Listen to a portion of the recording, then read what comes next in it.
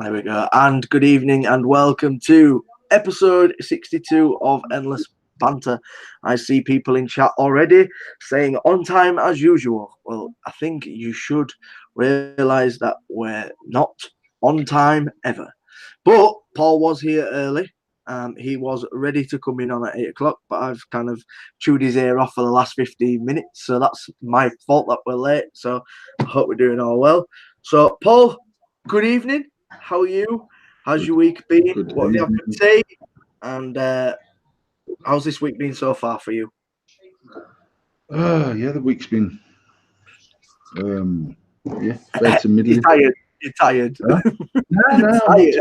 I'm not. No, I've been sleeping half decent. Just get them hours in. You've only got a couple of weeks left. Fucking warm, mate. It's muggy as fuck. It is warm. It has been proper horrible, and your tank's been leaking on it. I don't know if you can see on there. There's a slight chamfer on the top.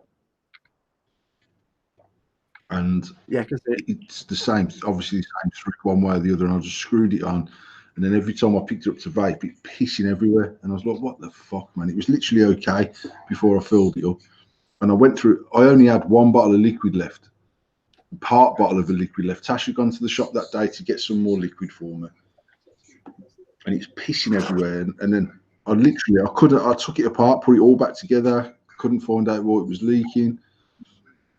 And I thought it was pissing out the air hole, but it was just running down the tank, and it looked like it was coming out the air hole. And after about half an hour, I was thinking, that don't even look like it's sealed on the top. And then I realised I've got the fucking whole ring on upside down, and put that back on the right way, and it was adequate.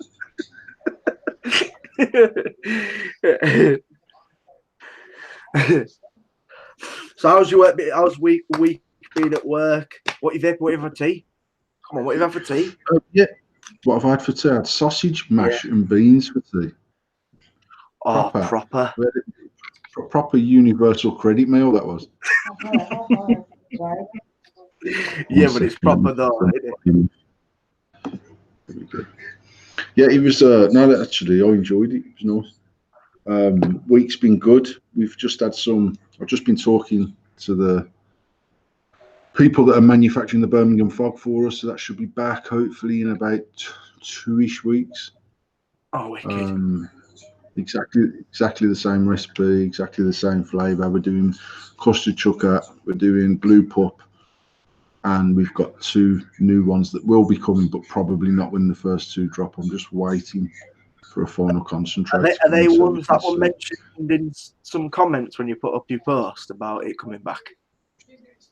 Because I saw some people dropping some old school names. No, they're absolutely brand new flavours, mate. Brand new flavours. I saw some people dropping some proper old school names on the Birmingham fog line. There was Fairground. There was Alpine Man, which was Dandelion and Burdock. There was Murray Mints, which is Murray Mints. There was Mackie D's, which was a strawberry milkshake. There was Fairground, which was coconut and raspberry. That was nice. That was. What else was that? There was Winston Philuck, which was like I saw that and I was like, what the fuck is that? Winston Philuck. Yeah. It was a bit like Black Astaire.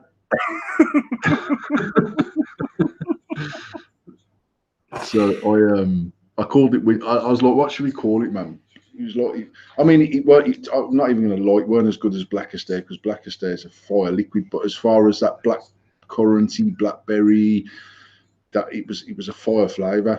And I was just like, you know what, Winston Philuck. And Tash was like, you can't call it Winston Philuck. And I was like, mate, I was going to call Murray Mints pedo treats. And I was like, that's probably going a little bit too far, man. But literally, we used to have people come in the shop going, hi, can I have a 100ml bottle of Winston Philuck, please? He was like, I swear to God, mate, it was wicked.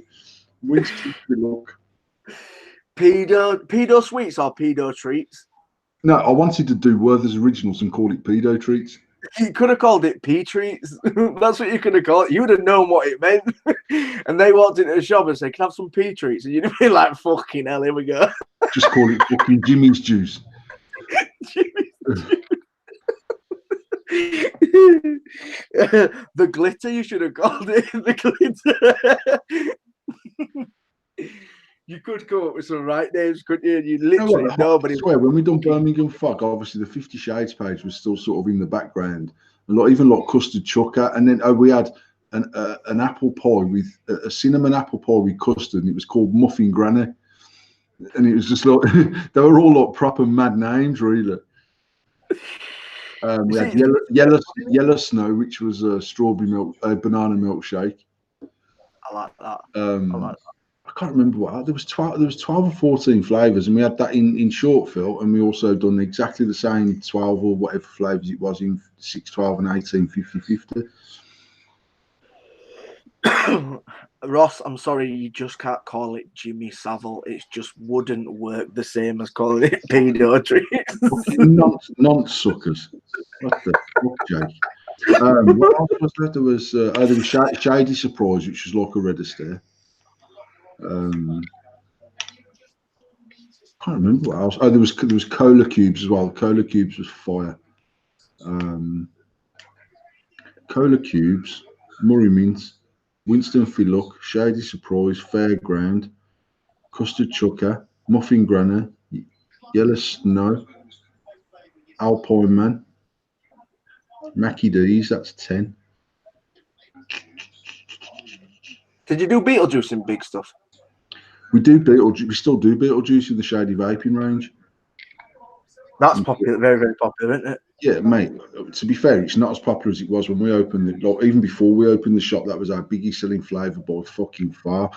And then on the day that we opened the shop, we launched Umbongo, which smashed the fuck out of it because actually it was similar to Beetlejuice. I preferred it over Beetlejuice. I used to vape like a motherfucker, and now it's like Diamond White for me. I vape it that much. If I even drag it now, I fucking gag. I can't do it. But we still sell a lot of Beetlejuice, to be fair. I can't remember what flavours we do in the short fill range in the Shady Vaping. We've got Red Slush, which is fire. Red Slush is outsells any other flavour that we do. Lemon Tart, Raspberry Menthol. What's the one that Dave's on all the time? Red Slush. Green slush. We do a Green Slush. What's the one, the Chewits one? I forgot the name of it. Fucking hell. Pink Blaze. Yeah, Pink Blaze is it. Yeah, Dave let me try that at Expo, and I was like, fucking as if I don't know this exists. And it's fucking fire.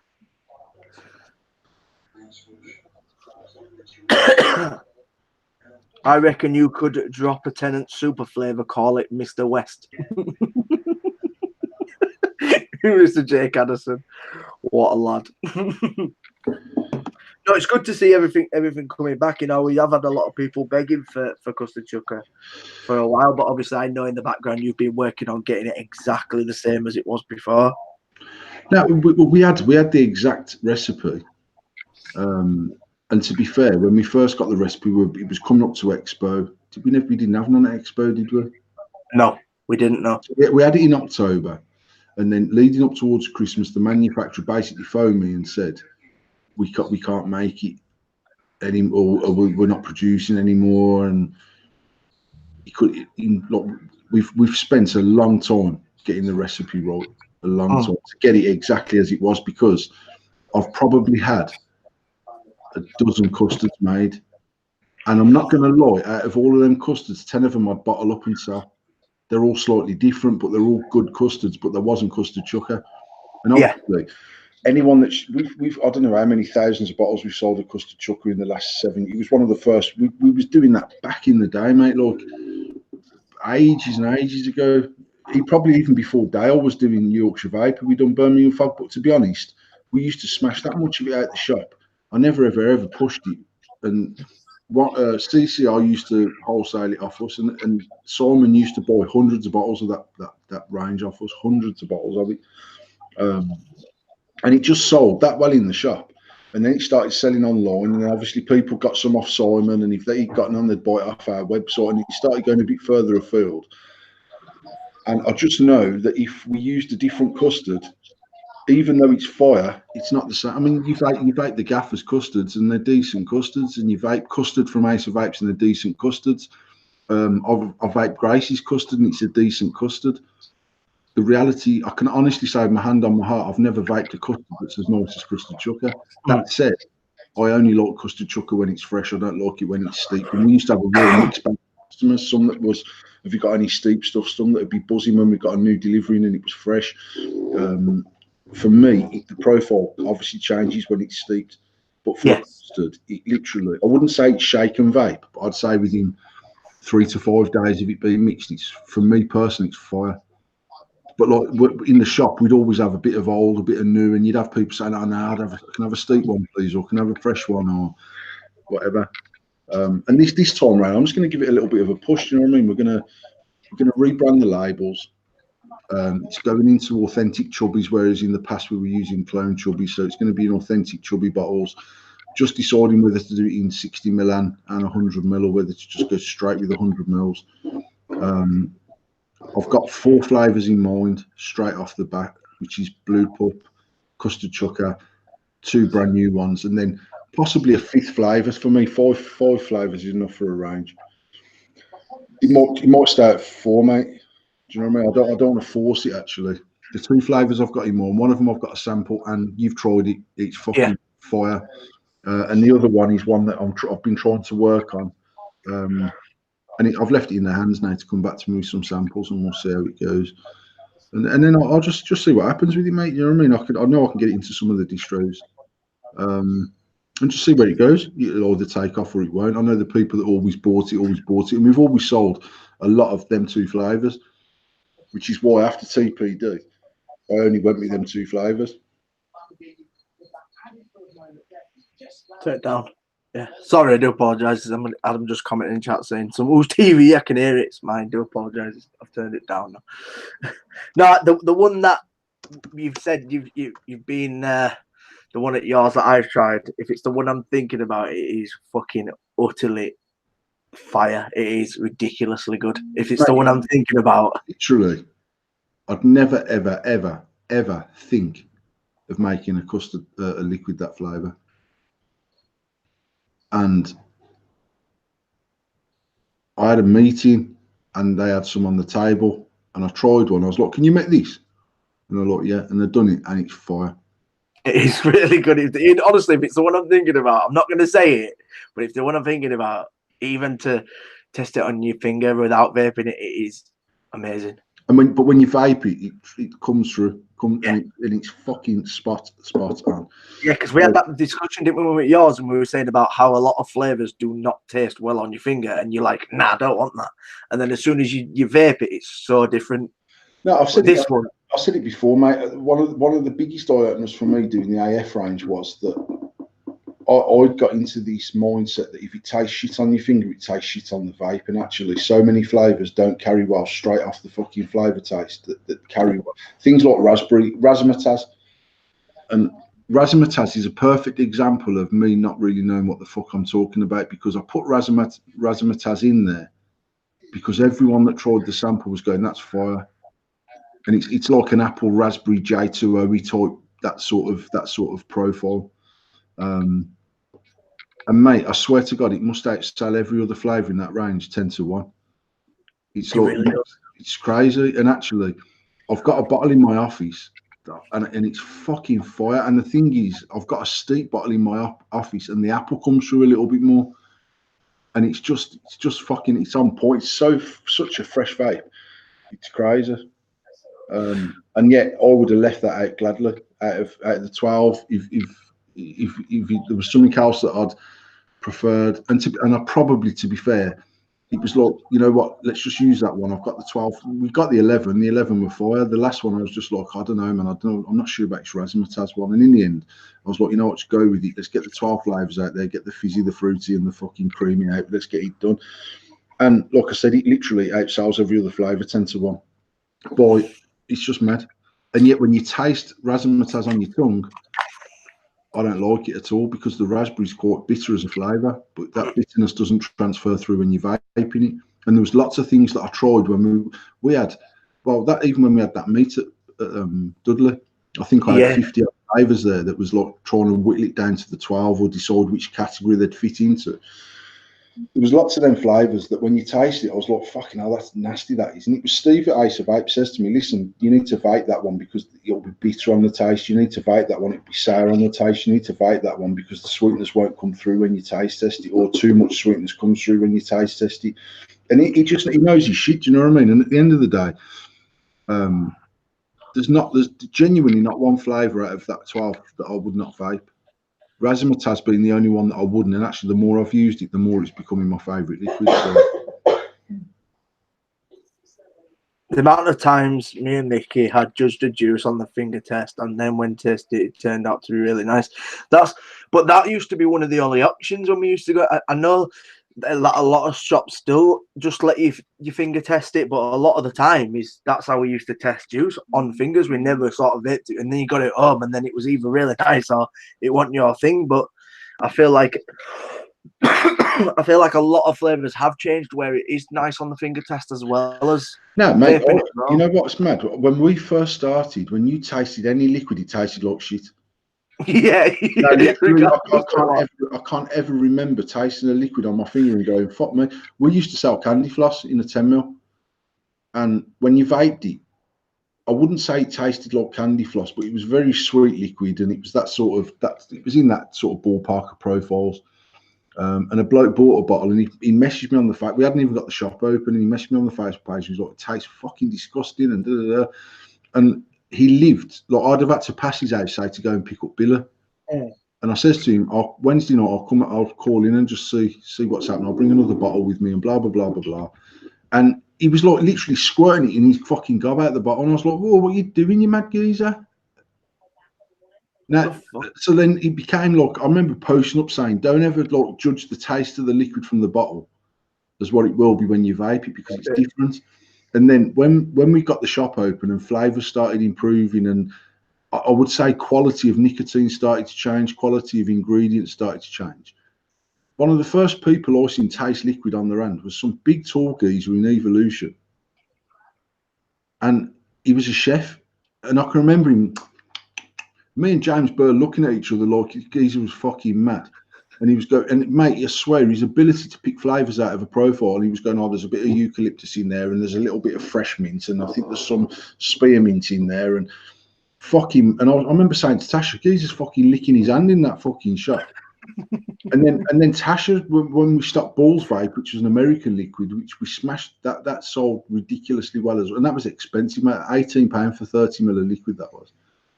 The day on it. No, but I mean, obviously, I was paying like £10.50 a bottle for it, you know what I mean? So I weren't making some mad margin buying 30ml for fucking £4 and selling it for 18 quid. We were paying strong dough for it. And I had to take a chunk of it, you know what I mean? It weren't like I could just have 5 bottles of each. And I can remember they'd done a yogurt one before yogurt became, you know, like everyone had a yogurt at one point, but the first yogurt I ever tried was Balls Vape, and it was fucking fire. And I was convinced it was going to be the new custard. And to be fair, everyone done a yogurt range, and yogurt was there, and actually it didn't really take off. But I just think it's because they weren't done properly. That's my personal opinion, because a yogurt vape, if it's done right, is fucking fire as well. And there was a fair few yogurts. What I got with the yogurt vape was it was quite desserty, but quite fresh, in like a fruity. You know what I mean? It's not like, I find dessert flavours quite heavy. Yeah. But actually, a yogurt vape for me was completely different. That's what it is. Like with the yogurt, it's more the fruit than anything else, and it's like without trying to sound like a reviewer where they say, "Well, I got this on Extra and that on Extra." It's more fruit based, and then you've got the yogurt sort of on the end, more mellow, aren't you? With the yogurt of it, but with like a custard, it is so heavy. The vape is like it's reminds me a custard. Obviously, reminds me of custard, but it's like a dark sort of bourbon flavour in it because it is quite rich and dark. So I do like that. Talking to reviewers, my first subject of the night is: are reviewers or reviews good for newbies? When you first started, and obviously there wasn't that many, there was a couple of reviews out when we first started, but are you the sort of person who took advice from reviews and what? Never watched a review in my life.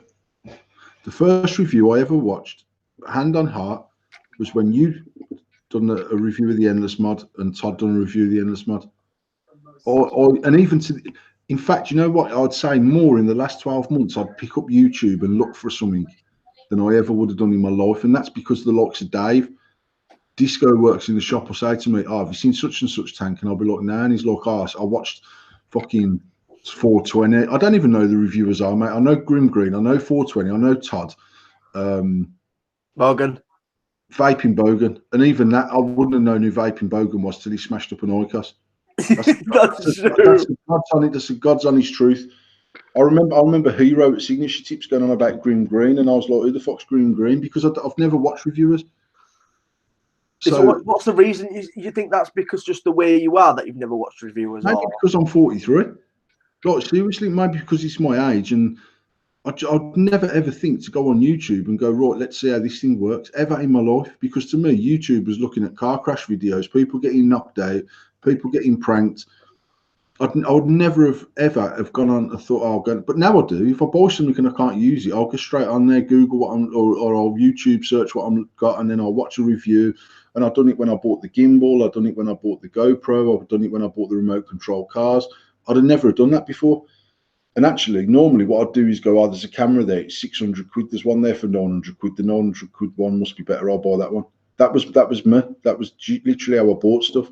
Now I'll watch reviews, and when I'd watch the reviews, I didn't buy the DJI. I bought the other one. I can't remember even what it's called. was that when you bought the drone? Now when I bought the gimbal. Oh, the gimbal. Yeah.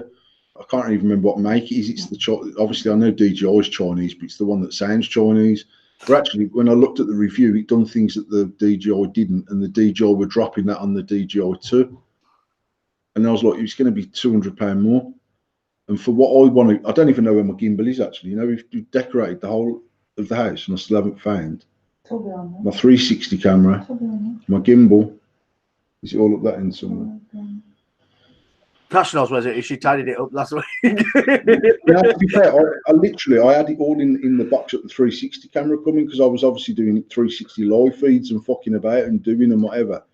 But the last time I remember having it was at Expo. A few expos ago. We're jacking it up, yeah. But actually, that was Jack's 360 camera, because he had a 360 camera. So I don't know, mate. It's here somewhere. But I ended up buying the cheaper gimbal after watching the YouTube reviews, on the basis that all the reviews I watched said it was as equally good as the DJI, and it had these different added features that made it better. Like, you could go into portrait mode with it, but you couldn't on the DJI at the time. Someone said Osmo. Osmo, is it?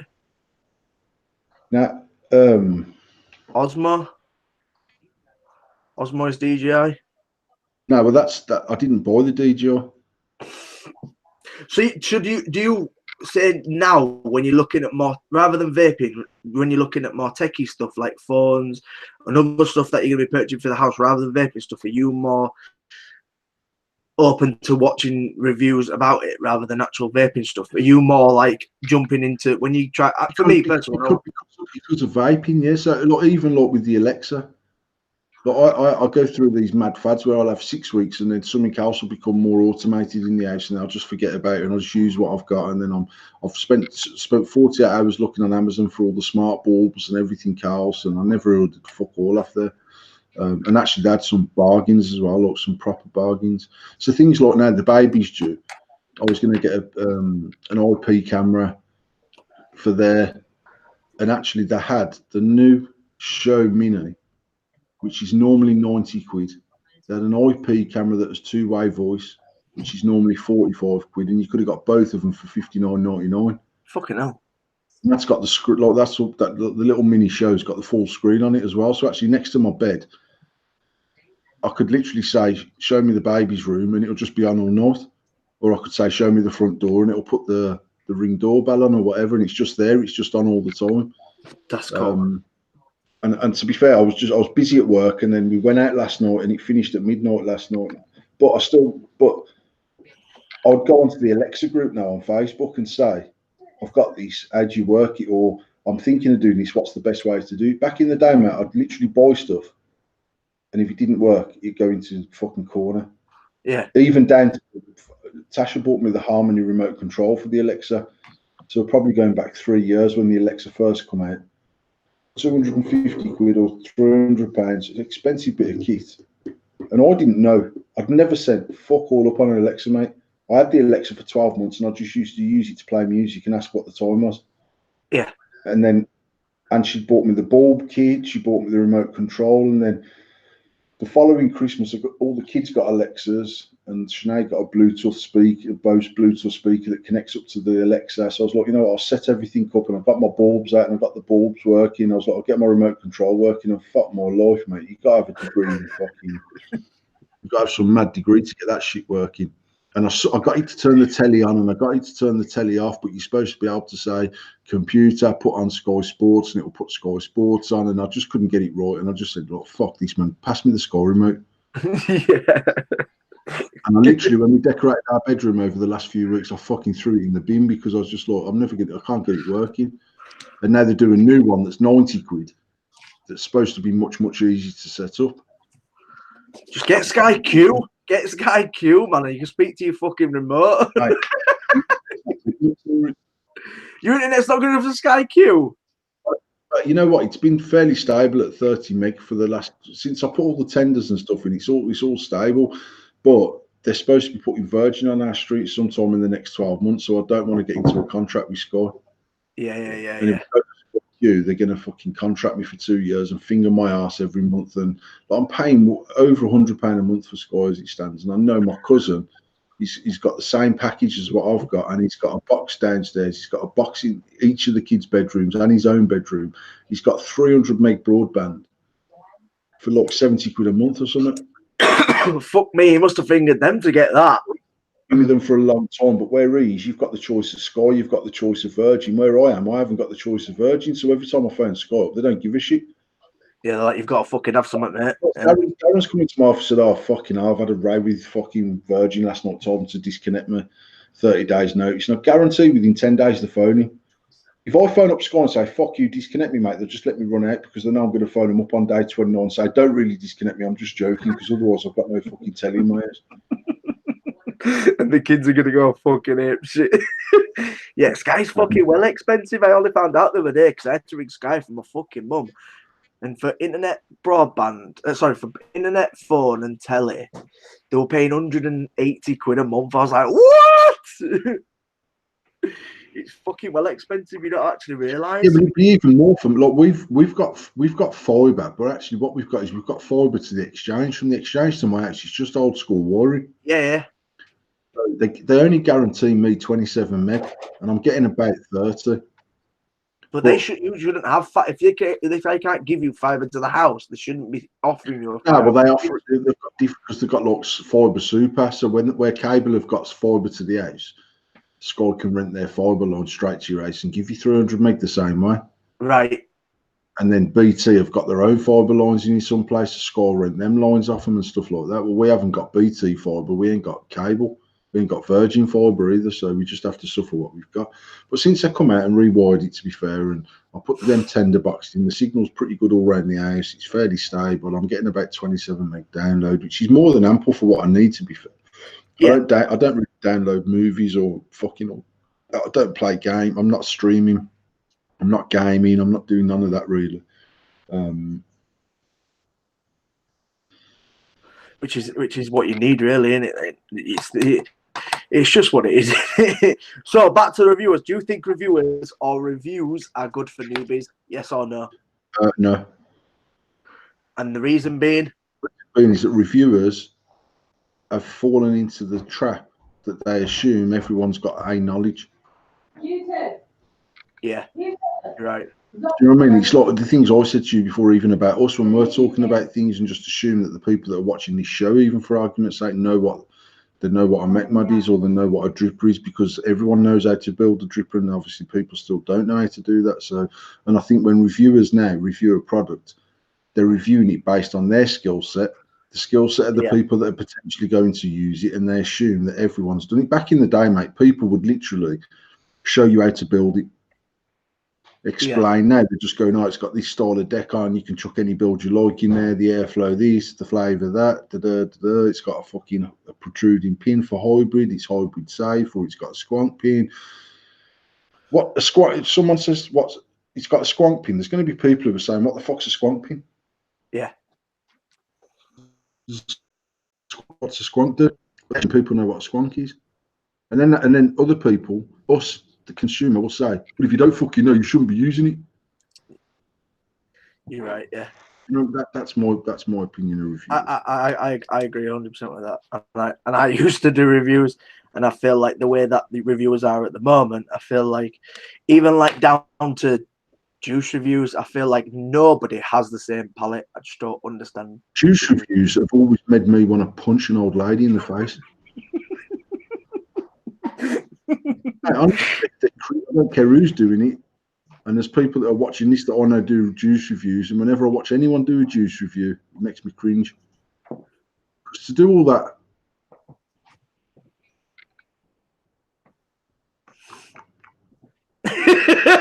chewing your vape and that.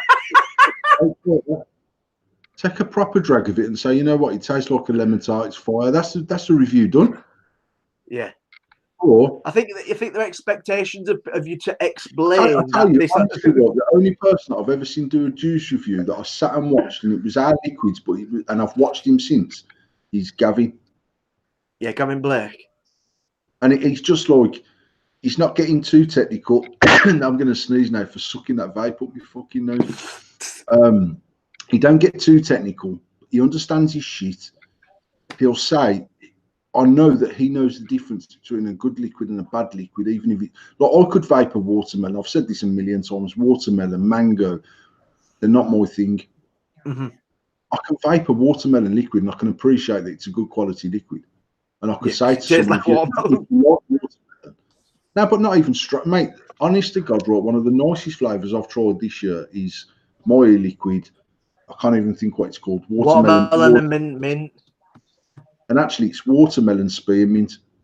Mm-hmm. And spearmint for me, if I was walking into a shop, even from a kid, they used to do spearmint polos, they used to do spearmint soft mints, spearmint bubblegum, anything spearmint, I would always choose over a standard mint or an extra strong mint every time because I like spearmint as a flavour. I would never in a million years think I'm going to mix some fucking spearmint and watermelon liquid up. And Faz said to me at Expo, I can't even remember which one it was, maybe Birmingham Expo actually. No, it weren't Manchester. I didn't try it in Manchester. We stopped it and I never tried it. And he said to me, try this one, mate. And I tried it and I was like, fuck. I said, like, what is it? I said, I don't like watermelon. Now just try it. And I was like, mate, I don't like watermelon. He's like, just try my liquid, man. So I tried it. We know what that Faz is like. Try my liquid, bro. Fucking hell, bro. Paul, come on, man. Tried it. I swear to God, it's fire to the point where I was like, I took 2 bottles off him, and it's watermelon for me. I'd rather drink my own piss than eat watermelon, as I would cucumber. I hate cucumber. I literally don't like watermelon. It's not that it's just because it's healthy. And I'm not being racist. I just don't like watermelon. But my liquid, watermelon mint roll. If anyone likes watermelon, it is one of the freshest vapes I've used ever. And actually, I'd say one of my favourite vapes this year so far. Yeah, it's a good juice. And as you said, it's just watermelon and mint. Trying to review that. Well, I get this tangy watermelon, and on the exhale, it's right. When we were doing our liquids, mango is a very popular flavour, and they've done a mango liquid for us. And I was like, I don't like mango, but I'll try it. And I was like, actually, as far as mango, saying that, I tried a mango the other day, and it was fucking banging. Actually, I was at a wholesaler's, and they're doing a range of liquid, and he was quite honest with me. He said, we're doing 5 or 6 flavours, and I've literally gone to 5 or 6 different manufacturers, and I've told them what profile I want and left it up to them. And what I'm going to do, instead of having all my eggs in one basket, I'm going to put a range together using different manufacturers. And instead of them asking them to do all 6, I want them to do one, but I want them to put their fucking heart and soul into that one flavour and get it right for me. Their mango was fire. And I said to him, I said, I'll vape it. And I'll tell you if I think it's good or bad, but I don't like mango. And I vaped it. And I was like, that's fucking sick. That I wouldn't buy it. But like literally, mate, back in the day when people used to come in with that fucking Fantasia mango, 1, it freezes your eyeballs.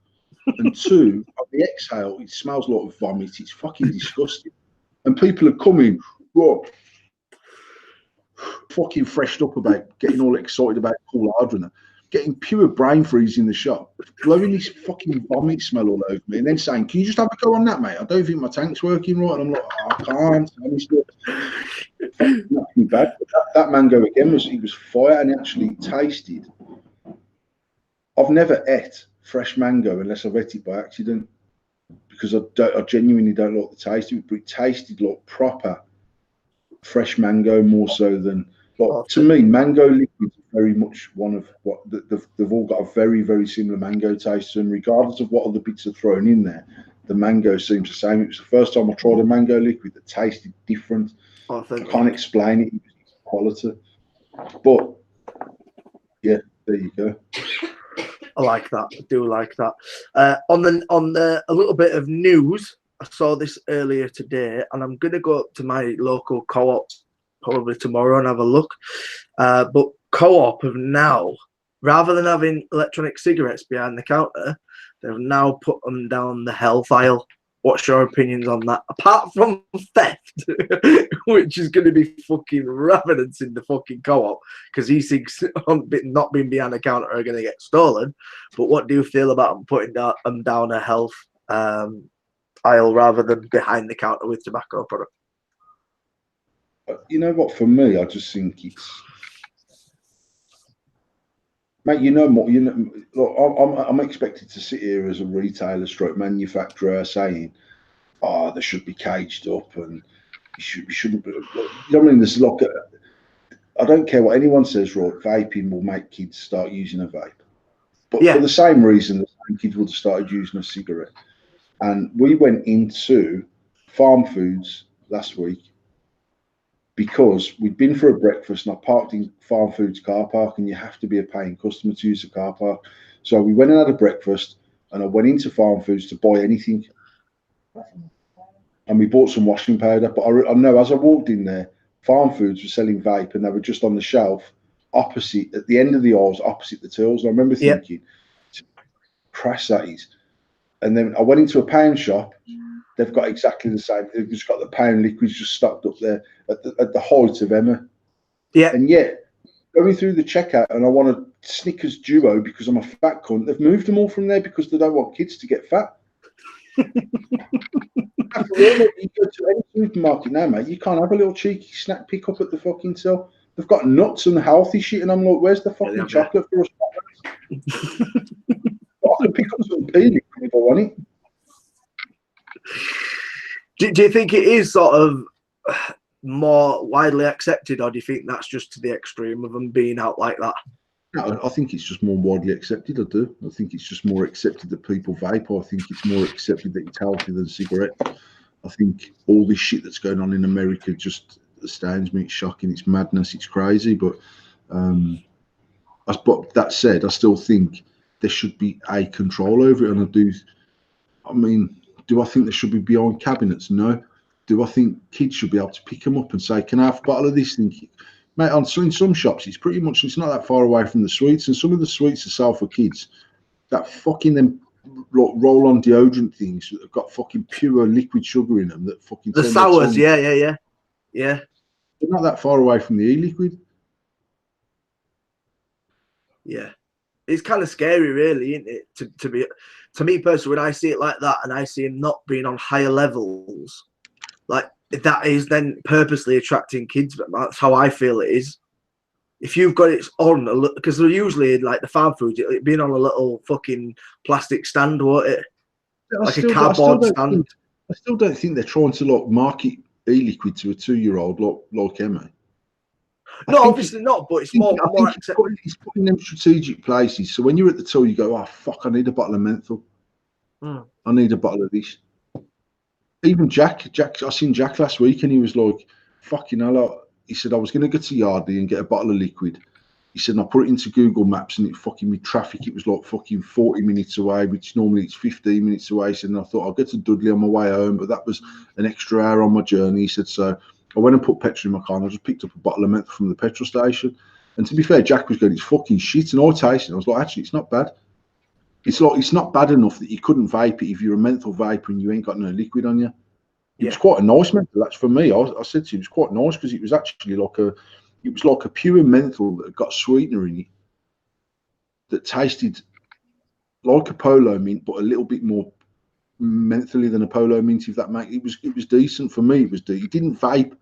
It tasted nicer on the taste test than it did through the vape because some of the flavour was lost on the vape. But they're put in places, mate, to make people go, "Fuck, I need some liquid," or just even to keep seeing it and keep seeing it and keep seeing it. At some point, they go, oh, "I can't be asked to go to the vape shop. You know what? I know that sold liquid in our shop.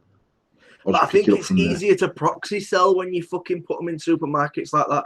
If you're going to put them down an aisle where you're not having to ask somebody behind the counter, I feel like it's a lot easier to proxy sell because all the kid will do is, if it's a teenager, say, I need this, I need this, I need this, whack it in basket, mum buys it. It's easy to proxy sell. That's where my nervous side comes into it, where you are going to get younger people being able to vape because parents are proxy buying, sorry. Jackson's blue. It was blue menthol. And it weren't. I mean, Jack was going to me, boy, you know, he ain't loving this. But I said to him, you know what? If I had to vape it, I know I could vape it. Happily vape it, yeah. Yeah, mate. He is what he is. I mean, at the end of the day, we've got to be. I commented yesterday. I seen someone posting up. I can't remember who posted it, and if I could remember, I wouldn't say. But they were basically posting up saying that all these people that are still being negative about vaping, there's enough long-term reports done to know that it's safe, and with today's modern sciences, they know that it's not killing us, and da da da da da. And I commented on there saying, we don't know what the long-term effects are because it hasn't been long-term enough for us to fucking know. Now, there's nothing, and I think I might have said this on last week's show. There's nothing that will make me happier than in 30 years' time knowing that what we've done was not only saving people's lives, but saving people's lives long term. And there's not some fucking spike in the tail at the end of all this that says, you know what, it's good up to 10 years, but you vape for another fucking 3 years after that, and every cunt's lungs are collapsing because it's not used to that. You know what I mean? I'd hate to think that what we've done, there's something bad at the end of it. But the truth of it is, Tom, I don't know. Yeah. And I can't sit here and say to someone, you know what, you'll be all right in 25 years, because no cunt's been vaping for 25 years. And I put on this post saying, instead of us trying to fight a battle on information we don't actually know the answer to, let's just be satisfied that they've already said it's 95% healthier than cigarettes. They've already said that the particulate that's exhaled when you exhale an e-cigarette is cleaner than the air that you're breathing when you're sat in traffic with the window open in your car. On that basis, for me, that's good enough to say to my customer, it's healthier than cigarettes right now. And if someone said to me, yeah, but what about in 30 years' time? I don't know. I don't know what the answer is. I'm not gonna try and bend that 95% safer to say that it's 95% safe forever and a day. Yeah. They don't know what the long-term effects are of inhaling flavourings that were designed to go into food products. They don't know how our lungs are reacting to this. Now, I'd like to think they're reacting well because our bodies are clever. They're designed to manage shit. And then they'll say, yeah, but they didn't know cigarettes were safe, but that was in the 40s. They knew cigarettes were killing us way, way, way before some cunt put their hand up and says these are killing us. Yeah. But it was also a massive cash cow, and that to decide how they were going to manage that before they come out and said, listen, these things are cancerous. They knew that a long, long time before, 20 years before. Yeah. And it was only when there was enough money involved that they could say to these states in America, we will pay you X% of our profit towards your healthcare, because these are killing people. But you know what? They're going to keep using them. You're getting a dirty amount of tax off them. We're earning billions of pounds. Everyone's happy. We're killing people. You know what? This world would implode much, much faster without cigarettes because population would live longer. We're already overpopulated. But I'm not suggesting that give everyone some fags and get them to have cancer and die, and that'll be like fucking self-regulating the world. But the reality is that science has enabled us to have a longer life. Our resources are being mined on whatever level that is, much, much faster than they've ever been. Not in my lifetime, not in my kids' lifetimes, not in my kids' lifetimes, but some point in the future, we will destroy the planet that we live on. That will happen. And the more populated it is, the quicker that will happen because resources that can't stretch. Simple as that. It's like population control, isn't it? Let's be realistic. Mate, it is. As far as I'm concerned, they let us smoke and then they give us radiotherapy and chemotherapy to kill the cancer, to just kill us any fucking way. I do believe that the shit in our water that numbs us down. I do believe that they know what they're doing. They're not fucking stupid. And I'm not sat here with a tin hat on it. I'm not sat here going, you know what, let's fuck vaping, fuck endless banter, right? Tonight's show's all about who's coming to Area 51. I'm not interested in that bullshit, right? But I do believe that in today's day and age, there's clever enough people out there with the right tools to cure cancer. Oh, 100%. But it's worth too much, innit? It's worth way too much. Yeah, mate, it's worth too much both ways. It's worth too much on the tobacco side. It's worth too much on the cure side. And the amount of planes that fly over our skies every day, polluting our air, is killing way more people than fucking vaping will ever kill. And clean air in Birmingham City Centre. Talking of Area 51, I'm going to mention it because I have no fucking idea what the fuck's gone on. You obviously do because I read a status you put out, but we're just going to break off for a minute. What the fuck is going on with this Area 51 thing for anybody that doesn't know, including me? I mean, Area 51 is a secure American air base that's supposed to have, they've got aliens there and all this sort of fucking malarkey. And so someone started a Facebook group saying on the 20th of September 2019, we're going to storm Area 51 Uzi. Did you start this troll page? Did you start this troll page? No, it's got 1.4 million people on there. Right? I'd have been selling them all vape by now. I'd have been saying, listen, you need to go there. You need to get an endless stack, blow your clouds. 1.5 million of us won't be able to see what the fuck's going on. We'll run in there, get the aliens out, and fuck off quick. I actually got added to the page by Arthur. And the page, to be fair, it's fuck. Have you seen some of the comments on the page? I've not been added to it. I've not seen it. That's what I mean. The page is funny. Look, it's proper funny. But then the thing that made me put my post up is I see people in the UK going, yeah, who's up for Area 51? I'm like, mate, you don't even go to work, right? You can't even get out of your bed in the morning to go and earn some money to buy your kids some decent school shoes. And you're on about going to Area 51 to look for aliens, you prat. I swear, and I was just like, you fucking dickhead. Yeah, I didn't get it. I knew what Area 51 was, but I didn't know what the fuck was going on with this group and stuff. Obviously, it's made worldwide media and stuff like that, saying about they've released a statement, haven't they? Saying if you come anywhere near, we'll fucking blow your heads off, basically. They literally should shoot him, mate. That's like natural selection, that is. That's population control right there for you. Load of dickheads running across the desert, going, yeah! Take them out for like a mile and a half away. And then just feed their bodies to the aliens that they've got captured at Area 51. Can you imagine they've organised this Area 51 and about 6 people rock up? I guarantee some dickheads will go, right. I'd like to think at least half of the people that go actually do get shot as well. and shoot to kill, man. Don't fuck about, shoot to kill. Do you think it'd hit mainstream media though if they went out there and got fucking shot? I just think it's, mate, if they've got aliens, they've got aliens. Who gives a fuck? Can't wait for all the live leak footage of these morons getting nailed by fighter jets. It's true. They're not just going to be people stood there fucking just with handguns fucking letting them explode the fucking heads. It's going to be World Star in fucking September the 21st. World Star, some alien knocking some geezer spark out, man, on the edge of Area 51. Knocking him spark out. It's fucking mental. Well, thanks for letting me know about Area 51. I don't think I'm going. In all honesty, I don't think I'm off. Over again. Who else's newsfeed's full of old-looking people, man? How fucking wicked! Mate, did you see the one with me hair and my teeth? You mean fucking Matthew Kelly? I showed it to Mia today and says, "Have you seen this?" And she was looking at it. And she went, "That man looks like you." What is me? I said, and she said, "Why have you done that?" I said, "I'm going to have new hair and I'm going to get my teeth." And she's like, "Don't do that. You look stupid." I saw it. Who was it who said Matthew Kelly? I was like, yes, it's fucking Matthew Kelly. He's got a delivery last night, and me and Tash have been out for a meal.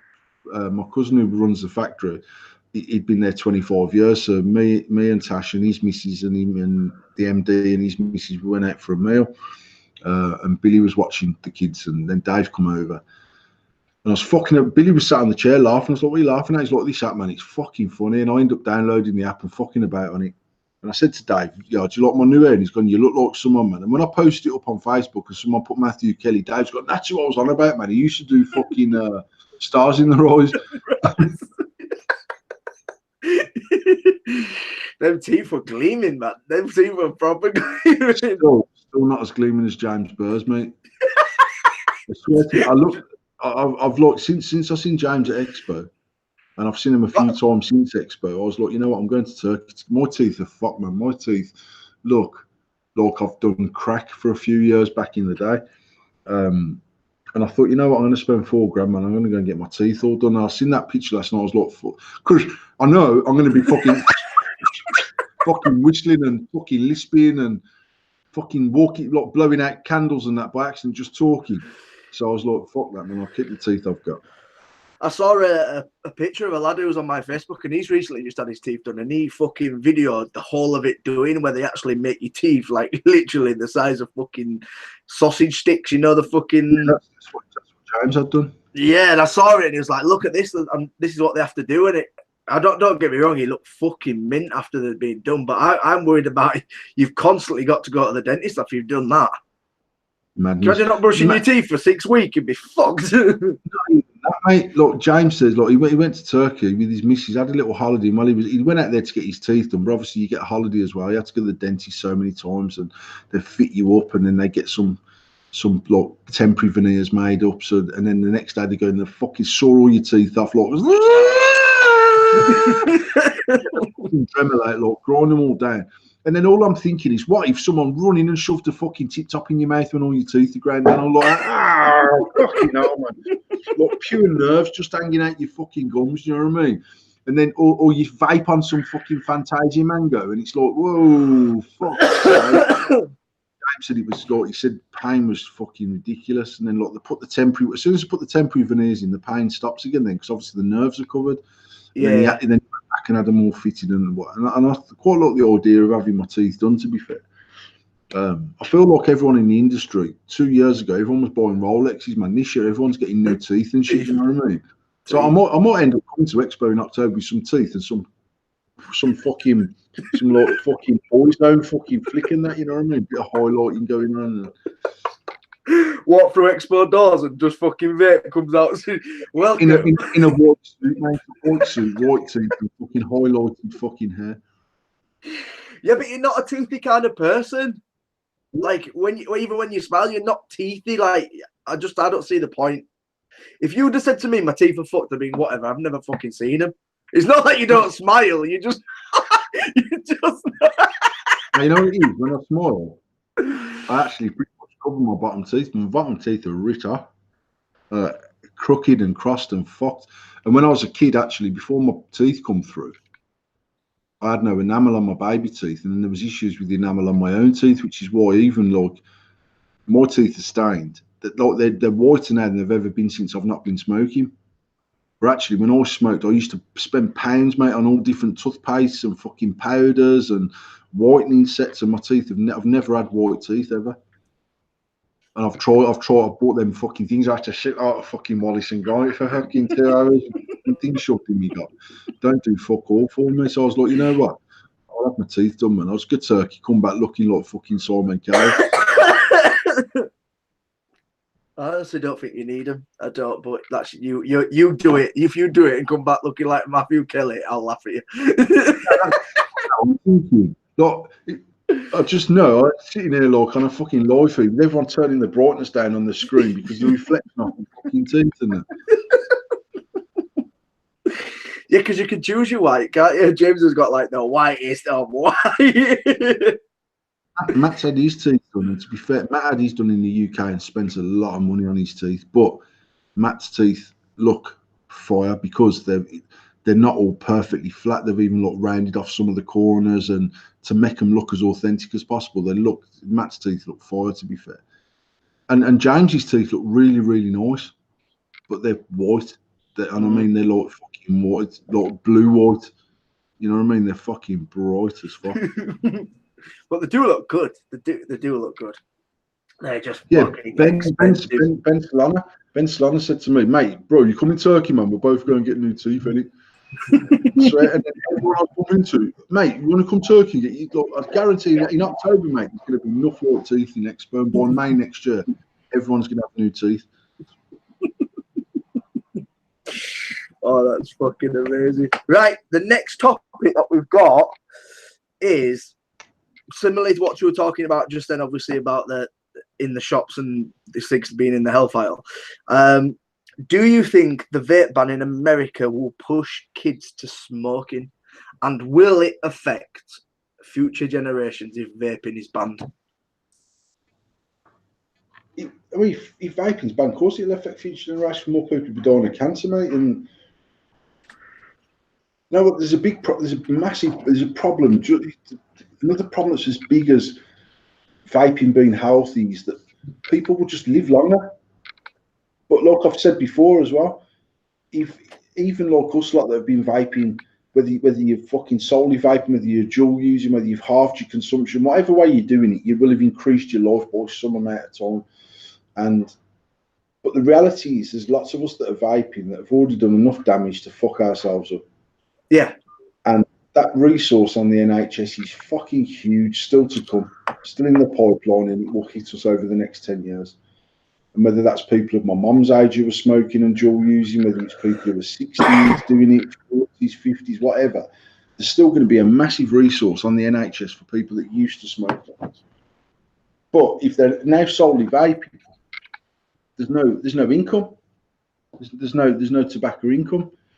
Yeah. So who the fuck's going to fund the NHS system? Certainly in this country. Obviously in America, it's all about insurance, isn't it? But yeah, it's private. Who's fund the NHS in the UK in 10 years' time when the tobacco revenue's fallen?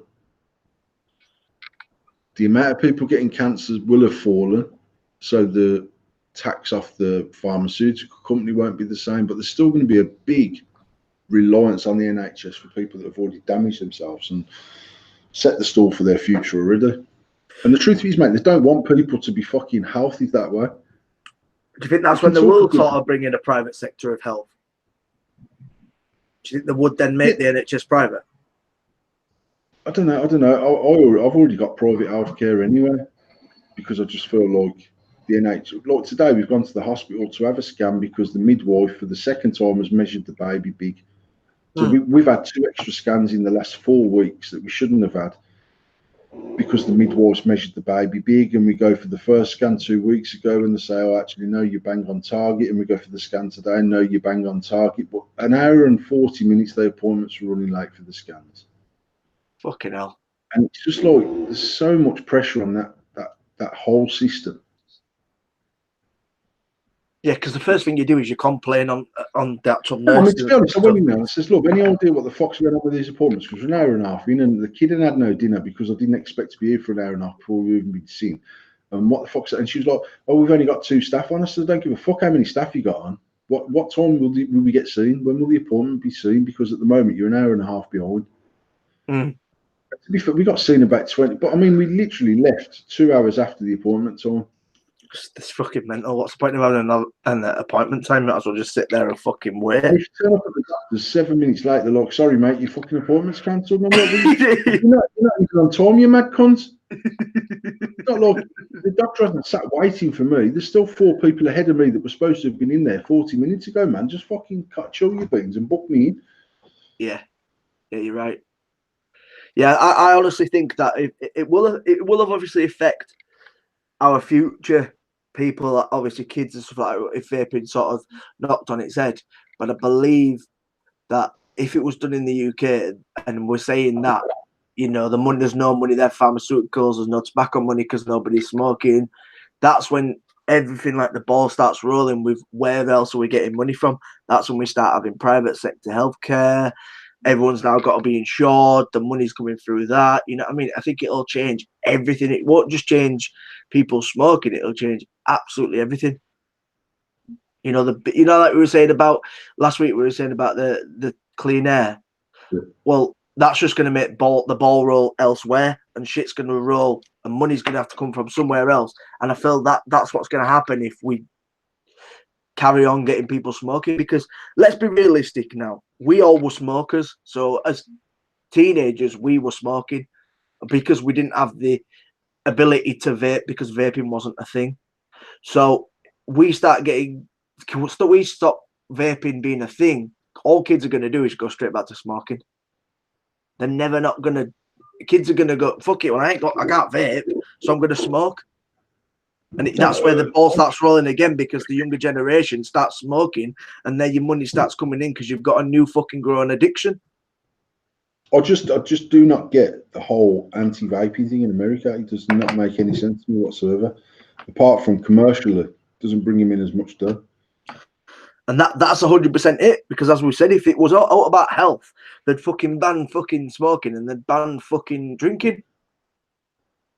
So if it's anything to do with health, then they'd stop that, but they haven't. And I personally feel like it's all about dough, and there's a bigger picture to it. It's all about money. We look at the size of the UK, then look at the size of the US. When the US was booming, when vaping was at its top flight in US, it was fucking ridiculous. And the amount of money that I must have gone through the vaping system, the system as we call it, must have been crazy. So for them to turn around and go, actually, we've watched you, you've made millions and millions and millions of pounds. Well, you've now reduced our millions and millions of pounds. So guess what? We're going to fuck you now. And I think it's all about fucking this industry off. Because we said big tobacco come in and buy the industry for fun. And No, not but I mean,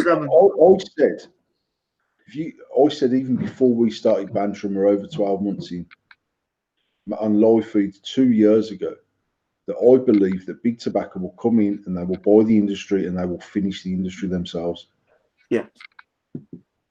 And I've always thought that. And actually, a bloke said it to me at a seminar, and he just says, if every cunt who fucking smokes starts vaping tomorrow and they own the whole industry, it's still only about 15% of the revenue of what they get from selling the same amount of fucking vapors, fags.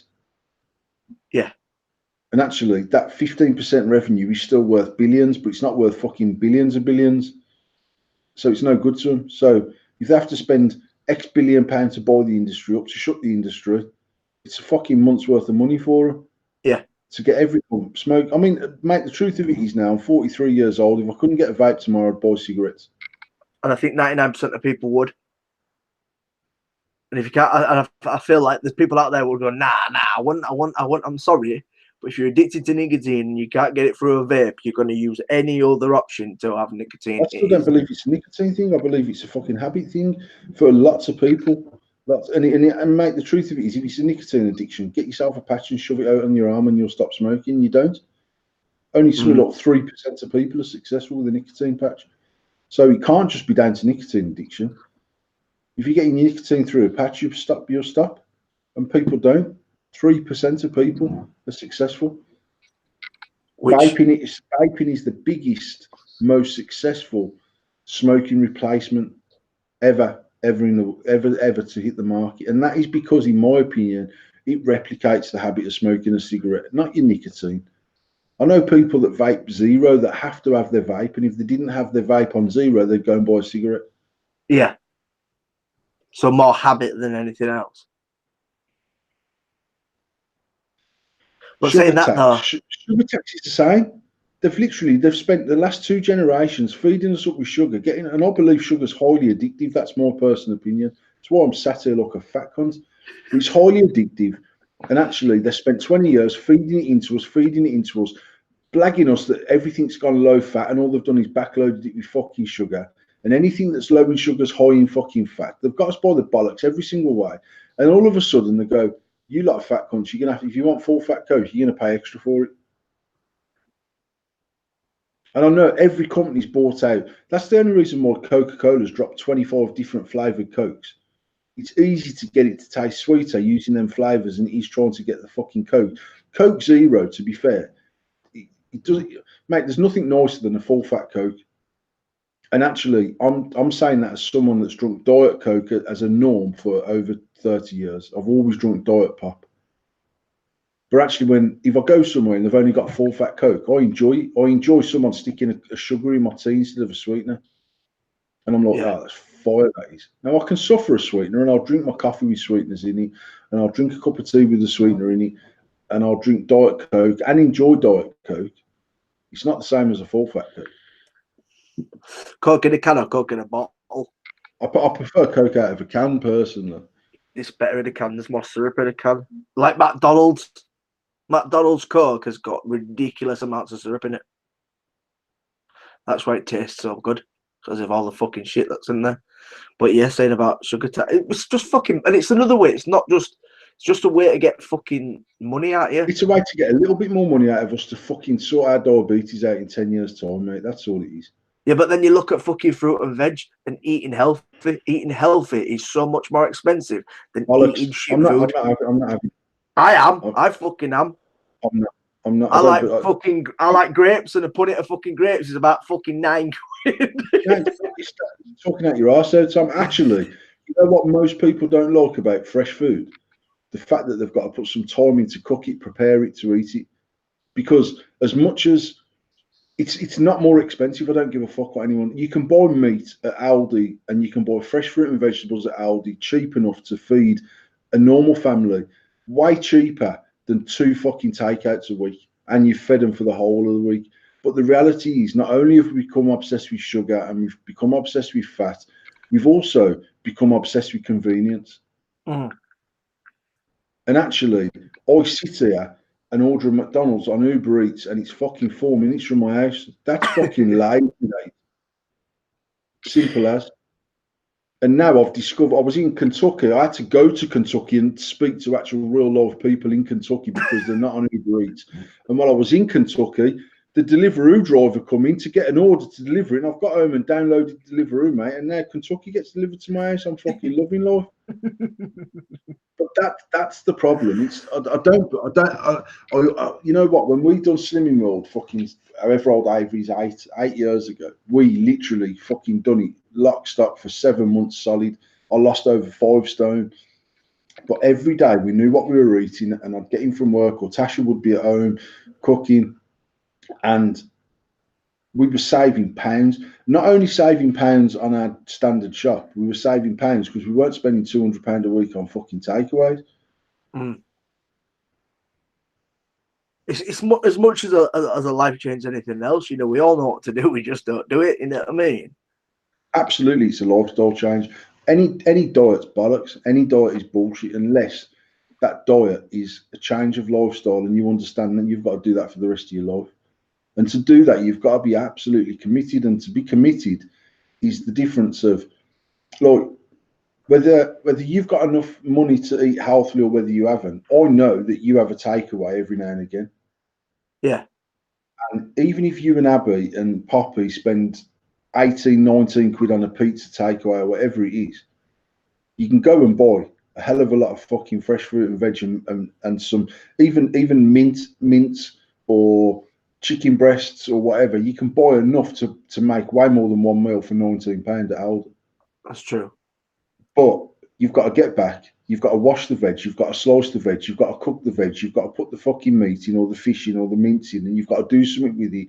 And it takes 45 minutes or an hour over getting on your phone, phoning somewhere, and some geezer knocks your door with a fucking motorbike helmet on and hands you your pizzas, takes you 20 quid off. Your job's a good one. And I do think that, like, even Billy's 16 years old, and he's sitting there saying to me, I don't know what to do. I don't know what to do about going back to school. I don't know what I want to do, but I know I want to do something. And I said, son, anything that you want to do, base it around lazy motherfuckers and you'll make a fortune. No, I'm being serious, whatever that is. That is true. That Do is something true. that makes people's lives a little bit more convenient. And by you taking that convenience to their doorstep or to their place of work or whatever it is, that people pay a premium for that. I pay £5 to have a McDonald's delivered 4 minutes from my house. Yeah. And I seen something the other day saying, oh, people say they haven't got time to go to the gym, but they'll sit and watch 2 hours of Netflix a night. Which is true. Gyms are usually 24 hours these days. What is a priority in your life and what isn't a priority in your life? I think we live in the time and the generation where everything is just ease. Everything is so easy these days. Even down to fucking going on Amazon and getting it the same fucking day. Mate, I remember when you could order shopping off fucking Amazon. You can still, our iron broke last week. Before, where was we going? Well, we needed something. Oh, Tasha had no on the uniforms on. We've been decorating all weekend. I finished it on Sunday, and she says, "I'll get the kids' uniforms decorated." I was still upstairs doing bits and pieces in the bedroom. She said, "Then we can have a nice chilled night tonight." And then she was ironing something, and the iron fucking broke. In fact, she was ironing something for me. We might have been going out somewhere. She ironed something, and some shit was coming out the iron. Basically, I didn't. Normally, I'd say, you know what? I jump in my car. Argos is 15 minutes from my house. I ordered it off Argos. It didn't get delivered till 8 o'clock on the night. I paid to have it delivered. Just because we're fucking lazy cunts. I genuinely don't think it's about us being lazy. I think it's because it's easier. It amounts to the same thing, mate, because I sat here waiting for the iron to come. You know what I mean? Look, if me and Tash were going out somewhere and we're not going anywhere near Argos, and I say, you know what, order it now, and if it's delivered between 7 and 9 tonight, we'll be back about 6:30. That's different. We ordered the iron and then sat here waiting for the iron to come. I order a McDonald's and I sit here waiting for the McDonald's to come. I order Kentucky, I sit here waiting for the Kentucky to come. Crazy. And Yeah, actually, have we got that mindset ourselves, or have we been trained with that mindset? just everything, mate. I drove home from work now. I thought it the other day. I was driving home from work and I'm scrolling through emails while I'm driving, sat in traffic. And I was like, back in the day, there weren't even so much thing, isn't it? Once I left work, unless they phoned me on my landline, they didn't get in touch with me. And if someone sent a fax to work at 5 o'clock at night, I didn't read it till 9 o'clock tomorrow morning. Yeah. And like everyone's become obsessed with this. Like, I need to know. And as much as like technology, just evolution's created that because it's gave us all the tools. Can you imagine how this fucking dumbed down world would spin if Google crashed tomorrow forever? Every search and sat nav stopped working. And all them things that we just take for granted, that I jump in my car and if you said to me, Paul, I need to see you, can you come to Leeds? I'd jump in my car and I start heading the way that I know. I wouldn't know how to drive to your house from my house. So I'd jump in my car and while I was driving down the road towards the motorway, which I know roughly where I've got to head to, I know how to get into Leeds, I just wouldn't know how to get to your house. I'll send you a message on Facebook. All right, mate, do us a favour, send us your postcode. You send me your postcode, I'll punch it into my dashboard. My car takes over and drives me to fucking Leeds. If that weren't the case and you phoned me now and said, mate, I'm in the shit, I need you in Leeds, can you come as quickly as you can? I'd have to leave my house, drive to Asda, buy a fucking A to Z, for real, or an Atlas, and fucking get on, crack on with it. And when I get closer to Leeds, stop at a petrol station by Leeds and buy a Leeds fucking A to Z. Yeah. And come to your house. And actually, I don't need to do that anymore. I just put it into my phone or I put it into my fucking sat nav, or I can just order food, or I can just order my own from Argos, or everything about our lives, mate, is about just being fucking dulling us down. Yeah, you're right. It is a lot deeper than you think, isn't it? What's Sam saying here? Sam's saying, you pay for convenience, ain't it? It's a luxury sort of thing we generally look over too much. Most shops, unless you live the middle of nowhere, are about 30 minutes apart. But the way things have gone, it's easier to get your shopping delivered. Shop online for everything. It's dropped so many jobs out of shops and created more problems. I can see that. It's just, I think we as a generation has had to move with times. Do you know what I mean? Like, mate, I'm not saying it's a bad thing. But I'm saying, it can be though. It can be because, as you're saying, it is fucking dumbing us down. I don't think it's a good thing. That's my personal opinion. I don't think it's good. I don't think it's good that more kids know. More kids will come down here and go, "Can you order us some desserts?" From fucking where? Off Uber Eats. Get your phone. Get us some chocolate cake around there, Sharpies. And it's just a norm. They don't know any different. Can you imagine if you said that to your old man? He'd fucking slap you up back head. To be fair, If I said to our mum on a Sunday morning, "Oh, proper fancy some cake," she'd go into the kitchen, she'd make some fucking cakes. If you graph one out, yeah. Or Just we'd all be excited on a Sunday going, "Oh, mum's baking, man, sweet. We got some fucking fat shit to go put down our throats later on." But she'd spend all day making some shit, you know what I mean? She'd have us over the park picking blackberries that all the drunk blokes had pissed on the weekend getting home from the pub, and we used to take them home and make fucking jam with the cunts. Fucking stick them in our jam tarts and that, you know what I mean? But we'd get sent to the park with a bowl, and we'd come back with black currants and blackberries and fucking gooseberries and fucking all sorts of shit. Get stung to fuck. You have to sit there rubbing yourself with a fucking dock leaf all afternoon so our mum could make some fucking blackcurrant jam. But it's even like going back to sort of going off into a tangent, but it's even like going back to like playing out.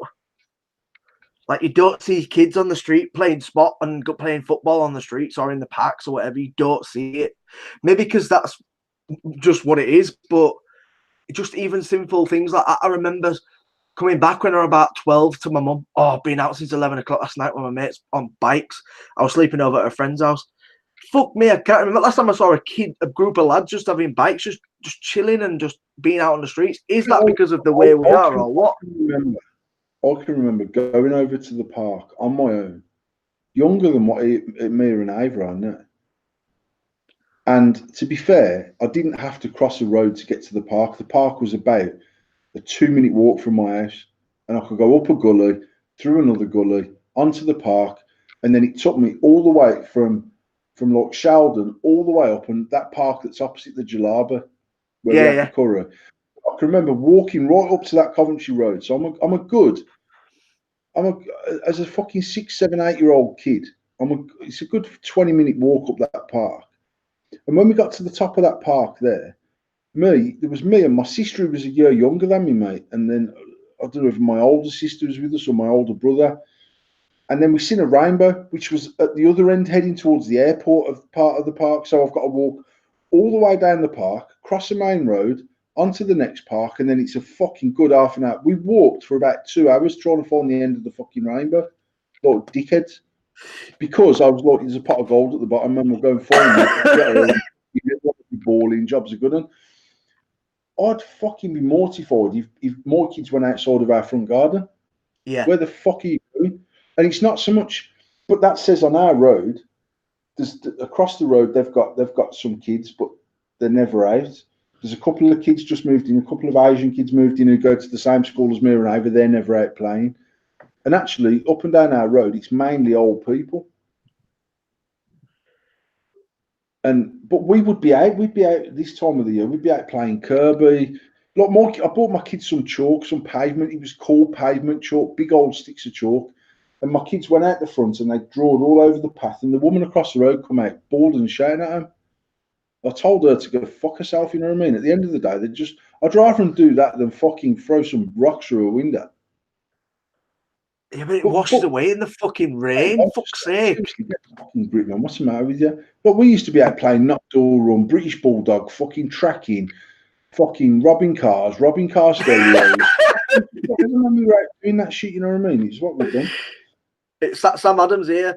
I remember when I was in school, I didn't even really text my mates. I would walk to the house and see if there was walk up to the house and ask if there was into their parents. That shit, like, it's once again, it's like social media has destroyed it. Kids, fucking hell, Poppy's 3. She sits on a fucking tablet and watches fucking YouTube. I'm like, can we get her off the fucking phone or the tablet? Like, get her to play. But then I think there's only so much these kids can do, you know what I mean? Even like you say, Mia and Ava's age, it's like, I'm scared of letting Poppy out even now at her age. Mia and Ava, they've both got phones. They're not allowed the phone from Sunday night until Friday night. They don't have the phone all week. But they will go out in the back garden, they will play, and they'll play with dolls. And actually, I was saying it last night, my oldest daughter's 20. And actually, when me and Tasha got together, Chloe was 9, so she was just a little bit younger than what Mia is now. But Chloe was 9 going on 16. And actually, Mia, to think that she starts back in school in September, that's her last year after that, she's in senior school. She just don't look old enough to get to fucking senior school. But Chloe looked old enough to get to senior school when she was halfway through juniors.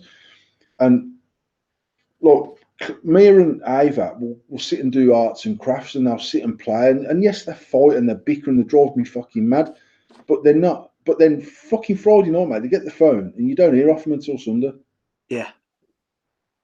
And all week they're going, oh, I can't wait for my phone. I can't wait for my phone. I can't. And even now, like, even over Saturday morning, Tasha started taking it off them and saying, get up in the morning, get washed, get dressed, make your fucking bed, have some breakfast, then get your phone. Fucking waking up, walking around like some, like me, I walk from the living room to the toilet to have a piss with a phone in her hand. Like, what are you doing, man? Put the fucking phone down, go and have a slash, come back, pick your phone up. Nothing's going to happen. You're watching some twat unwrap Kinder eggs on fucking YouTube. It's the truth. It's the fucking truth. But then, and then I sit there, Paul, and then I think, like, the girls are only young, and then I just get worried about them getting older. Like, I'm sitting here and I'm thinking, Poppy's 3 years old. I'm shit scared. She starts going to nursery fucking in September. And then obviously she'll go into then primary school. And I'm already shitting myself already just because of the big wide fucking world. Do you know what I mean? Like, we used to play out as kids and we'd play out. Nah, you know what? I worried more with my oldest kids because I was younger, and I can always. I was saying this last night when we went out for a meal actually, because like we've got 6 and 1 on the way, and my MD's got 7 kids, and Darren's got a couple of kids, and we were just talking generally, and I was saying look, Shanae's 13, and she'll say, "Can I go over the park with my pals on a Saturday?" And I'm in the horrors on them. I hate it. But then you can't mother them forever. But I can remember my mum saying to me when I was a teenager, "Oh, fucking hell, son, be careful out there." And I used to be like, "Oh, fuck off, mum." Do you know what I mean? It's like, I knew no different. I only knew what I grew up in. And Yeah. my kids are the same. And even like I speak to Billy all the time, and like he's 16 years old and he's a big lad and he thinks he's a fucking man. And but actually, to be fair, he don't go out very often. He really don't. And he's like proper got his head down. He's just finished the exams. He's not back at school for 10 weeks. And he goes out with his mates, but he's half sensible, and he's not hanging about over the park. He's not hanging around shops. He'll actually, him and his pals will go and have a Nando's or do something that I would never have gone for a meal with more pals when I was 16, mate. I was a bit like, what the fuck's all that about? But they don't know any different, mate. They only know the world that they're growing up in. Yeah. And if something happens to them, I can't stop it. I mean, my personal thoughts on life is what's meant to be is meant to be, for good or for bad. So, as much as I try and wrap my kids in cotton wool and not let them go out and not let them meet people and not let them be bullied, the truth of it is the world out there is a shitty place. And it was when I was a kid, and it was when my mum and dad was a kid. It's just shittier now. Social media has created generations of idiots, arseholes, actually. And at the end of the day, mate, when I was 16 years old, if I was over the park and I seen someone and called them a fucking prick, I either got a punch on the nose or I punched them on the fucking nose. Yeah. Now we've got fucking 4 generations of people sat on social media going, yeah, you want to watch a bump into at Expo then? Mate, you're not going to do fuck all at Expo, you prat. And actually, when I do bump into at Expo, you're not saying hello to me. You shake my hand, yeah. You know what I mean? It's like, just like, yeah, but it's like the society we live in. Like, there's a lot of more access to shit. Like, we, and this is me speaking out loud. You know, paedophiles are a huge thing. It's not like it wasn't a huge thing 100 fucking years ago. It just didn't have Facebook to tell you what all these fucking people were fucking getting up to, and that's what kind of scares me a little bit more. That we do have the access to that, and it kind of like it is so much more shit out there. Kids getting stabbed. Kids walking around 12-year-old with fucking knives. What the fuck's that about? Do you know what I mean? Because, you know what, mate? I still believe social media is to blame for some of that, because actually they give it such the big one on social media. They have to go out with a knife in case they bump into the kid they've just called a twat on Facebook, because they know they're going to get their head punched off them. Yeah. Now, at the end of the day, as a teenager growing up, and it weren't ever about me thinking I was hard. I was no different at 16 as what I am now. If I've got something to say, I'll fucking say it. And I've always picked my battles, and if I don't feel like something's worth arguing about, I'll just walk away from it. I did that when I was 16. But I still went out some nights knowing that if I bumped into someone, we're going to have a fucking fight. And there's a chance I'm going to get my head punched in. because I've said what I've said and I've fucking meant what I said, and I'll still say it to him. And if I get punched in the face for it, then so be it. I'll stand by my own convictions. But with That were social it, though, wasn't media, it? That were it, though. that's You had a when straightener. you ordered to keep your mouth shut, or you fucking said what you had to say, and you got your head punched. But that was it. That was the end of it. Done, dusted. You had a fight, and that was it. Done. It was no coming back and doing this and doing the other. There's too many people now from fucking like Shanae's 13. She hasn't got a Facebook account. But she don't need a fucking Facebook account, in my opinion. The only people I'm going to let her have on it is me and her mum, and we're fucking sat in the house with her. So, and I know what you've had for tea because I sat next to you and we ate it together as a fucking family. Do you know what I mean? So it's like, I hate social media for as much as I use it, and we're sat here on social media and not doing this, and we started our business through social media, and I'm on social. Look, mate, remember that time I didn't come on Facebook for about a week, and I didn't even know whether it was before vaping. I said to Tasha one day, "Fuck this, man! I'm having a couple of weeks off from this." I didn't deactivate my account for all. I just didn't come on Facebook. I got people phoning me, texting me. When I got back on Facebook, there was Facebook groups. Where the fuck's Paul Harrison gone? And I was like, what the fuck? Well, Paul Harrison is missing, blah, blah. And I was like, what the fuck, man? And I swear to God, and I've said it jokingly, and it's come up. If I could afford to buy Facebook tomorrow, I'd buy it and I'd switch the cunt off. Make a bit of money out of it first before you turn it off. If I had to buy it, I swear to God, I'd buy it and I'd switch the fucking thing off. Or at least I'd regulate it. It's just so mad it's just how so fucking inherent in people's what they do every single day. And I sit here some nights and me and Tash will be talking and we're watching the telly and I'm watching the telly and I pick my phone up and I refresh my news feed and I scroll through and I get to the bit that I seen last time and then I fucking put my phone down and then about fucking 45 seconds later I pick it back up and I fucking refresh my news feed and I scroll through and I go to my notifications and I answer something if I need answering or I like a comment and I put it down and then fucking 45 seconds I pick it back up and some nights I'm like, what the fuck? And actually since Christmas I've not been as active on Facebook only because I'm like, when I'm sat in my office at work, I can be on Facebook's open on my computer and I can answer and I can do and everything else. Then to run that through till fucking 11 and 12 o'clock every night, all night, every night, is just fucking madness. It goes back to addiction, isn't it? Again, Facebook is an addiction. Mate, Internet is an addiction. It's what I said, man. It's that fear of missing out. And it's like people are like, they see a bit of a shitstorm. And a lot of hate. My biggest fucking pet hate of anything to do with social media is screenshots. I have people sending me screenshots. Have you seen this, bro? No, because I've blocked the cunt. I don't want to see it. I don't care what he's doing with his life. I don't care what's happening. I'm not fucking interested. Screenshot me anything again. I'm blocking you as well. You shit stirring prick. I hate it, mate, and I hate the fact that I speak to like. There's people that I just would not speak to via inbox. I'd rather video call them, right, so they can't screenshot my fucking video call. And there's other people that if my fucking messages got out, I'd probably end up in jail because I trust them 100% not to fucking screenshot my shit. We have a very open and frank conversation, and it's just how it is. And it's, I don't know, I just hate that whole. Look, the whole of the internet's full of sneaky, snidey, backstabbing, fucking needy people. And actually, I don't need to know. If I've blocked someone on Facebook, I don't give a fuck if they're driving down the road and the truck's killed them. Got no bearing on my life whatsoever. Yeah, the reason you're blocked is you don't want to fucking see it in the first place. Sure, I'll start screenshotting our messages.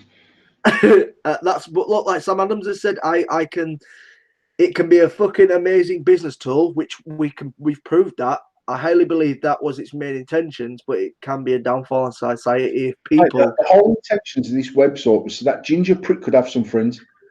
Just like Tom off MySpace. And look, single-handedly, he's ruined the world. I honestly believe that. It's completely changed people's mindsets about day-to-day living of their life. But everything's on it, isn't it? Like everything is on it, rather than fucking phoning someone. But look, we've got teenagers stressing about a girl that's got better eyebrows than her who lives in Colorado, who she would never have seen if it weren't for social media. You've got business people who are friends backstabbing each other to try and get an extra sale in business. Where if it weren't for Facebook, you had your shop, you had your business, you'd looked after your customers, you'd done your shit. Yeah. You didn't actually know what anyone else was doing. nor did you give a fuck. As long as what you were doing was right, it's right. And I, honestly, after all that drama last year and what I felt people shitting on me, I just took a bit of a backward step and thought, you know what, I'll just row my own boat. Because if we didn't have Facebook, that's all I was doing anyway. And quite honestly, Tom, I swear on my kids' lives, right, when we started Shady Vaping, which is going back to 2012, when we started the business, for 14 months, I did not belong to any other vape group on Facebook because I didn't know they existed. I'd never even searched it, checked it, looked at it, or fuck all. So I didn't know what anyone else was selling a product for. I didn't know what products they were selling. I just knew what I was selling. I'd done the best I could. Yeah. And it grew us into a very successful business. And I'm not once did I ever check anyone else's shit. I didn't have a clue what was going on. And actually, I'm the biggest fucking. I'm sitting here talking about people, but then I become obsessed with it. I don't become obsessed with Facebook. I just become obsessed with shit in my life, whatever it is. It's your addictive personality, isn't it? Yeah. Nature is how I am. So I am that bloke that sits there refreshing. And I've tried not to. I'll go to bed most nights, and actually I'll sit playing a game on my phone. Some nights I've gone to bed and I've not. Look, last night I got into bed and I just put my phone on charge. I didn't even look at it. Went to sleep.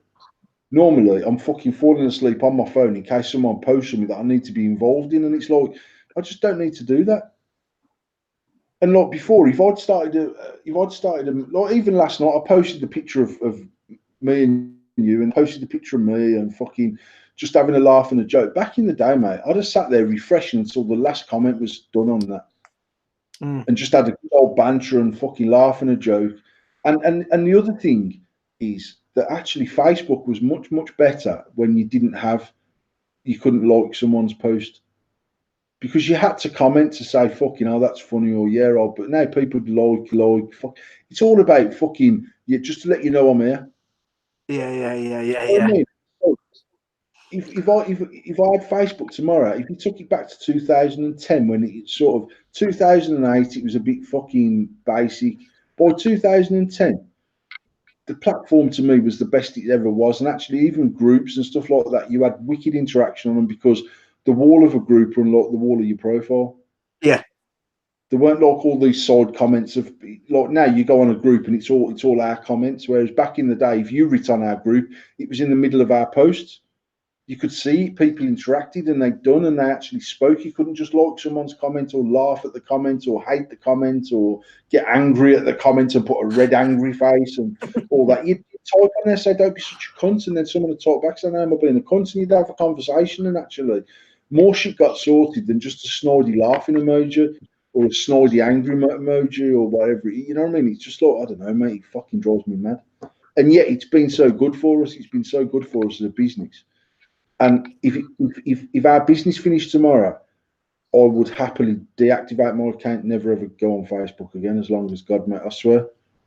Or I'd fuck everyone off, and I'd probably end up with about 30 people on my Facebook. And just people you actually spoke to and that, yeah.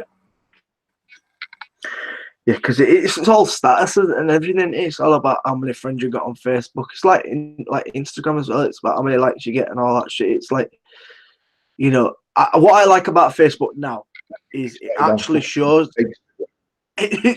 me who my circle is. So when I've got people on my friends list and I don't communicate with them, it doesn't show me fuck all from them. It just shows me the people I communicate with. Have you noticed that? I've got people on my friends list, right, that I could post anything and they'd never like or comment on it just because I've posted it. And I'm like, why the fuck are you here, right? Defriend me and live your life. And then the only time they ever post is when they've got an opportunity to have a little fucking dig. The only time they ever post is a negative post against me or my thing or what I've said. They'll never ever post and go, you know what, mate, you're actually 100% right there. I agree with you on that. It's only when to go, no, I don't agree with that, because they want to start a little shitstorm. And I'm sort of, mate, get your fucking Facebook right and shove it up your fucking fat ass and right. And look, literally, the only time I go on Instagram as a rule, you go through Shady Vaping's Instagram, it's lame as fuck. I actually need to get someone to run our Instagram for us, because I get from a business point of view, it can be very good. But I'll run the Shady Vaping one. That's my own. I've got a personal one. I don't even know what the login details for it are, but I've run the Shady Vaping one, and it's at about 4,000 followers, which is fucking 3,800, 988 more than Jesus had. Right. So I'm fucking not in a bad place, really. But I go on Instagram because I get notifications to say people have tagged me in posts or commented, and then you'll tag me in the endless mods ones and all. And I try and log. I haven't even got a repost app on my phone. I don't. I tried to download one. I couldn't get it to fucking work, so I just deleted it because I'm just not. I'm not really a technical person. Like, if it works, it works, and I'll use it. If it don't, fuck it. I can't be arsed. But I went on Instagram about a week and a half ago, and I seen someone posting the most beggiest fucking shit I've ever seen in my life. And just for likes, mate. Like literally just for likes. And it's cringy as fuck. And the post got more and more and more needy and beggy. And it's just so she gets likes on the post. And I want to comment on it and say, you fucking horrible rat, what are you doing? Put some clothes on. Put your kid away. Go and look after your kid, man. Fucking stop being a tramp. And there's like 1,000 likes on these posts. And they're liked by needy people who get thanks for your fucking comment, hun. Fuck you, hun. Right. It's like a whole circle of fucking idiots. Honestly, mate, it's fucking true. right. And I know that some nights she must get to bed crying, going, I only got 321 likes on that. And the one where you could see my nipples, I got 1,100. Tomorrow I'm going to get me cunt out, see how many likes that'll put. Well, what the fucking hell's going on here, man? True. It's fucking massively true. But it's cringy as well, though. It's like, I get why some people do it on a business aspect of things, but I've never, ever understood why. And this is going back to any industry, is why the people use women as something to sell something. Because I would never, ever buy anything off a social media post where a woman has basically got her tits out. I won't. I'm looking at the tits. I'm not looking at the product. I'm a fucking red-blooded male. I'm looking at arse and tits. I'm not looking at the product. I don't even know how many people I follow. And actually, I went through a stage where every single person that followed me, I followed them back. I didn't know how to use Twitter. I didn't know how to use Instagram. And then I was like, I must follow them back. They followed me, and I thought it was like a protocol to make, oh yeah, thanks for the follow and all that bullshit. I get some real shit come up in my news feed. And as far as nice tits go, not many. They're fucking. I'm not even joking, mate. They're nasty, horrible people. And even Pandora Blue, she's got 1.5 million people fucking blowing smoke up her ass. Now for me, she's not all that. No, she's not. She's all right. But if you took the tattoos away from her, she wouldn't be attractive.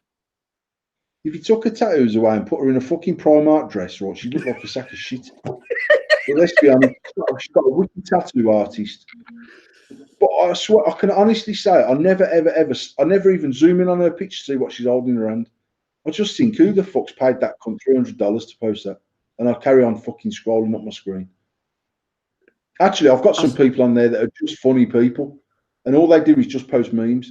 And because I like them things, that's mainly what comes up in my news. Because obviously, Instagram works very much like Facebook. The more you interact with someone, the more their shit comes up. Yeah.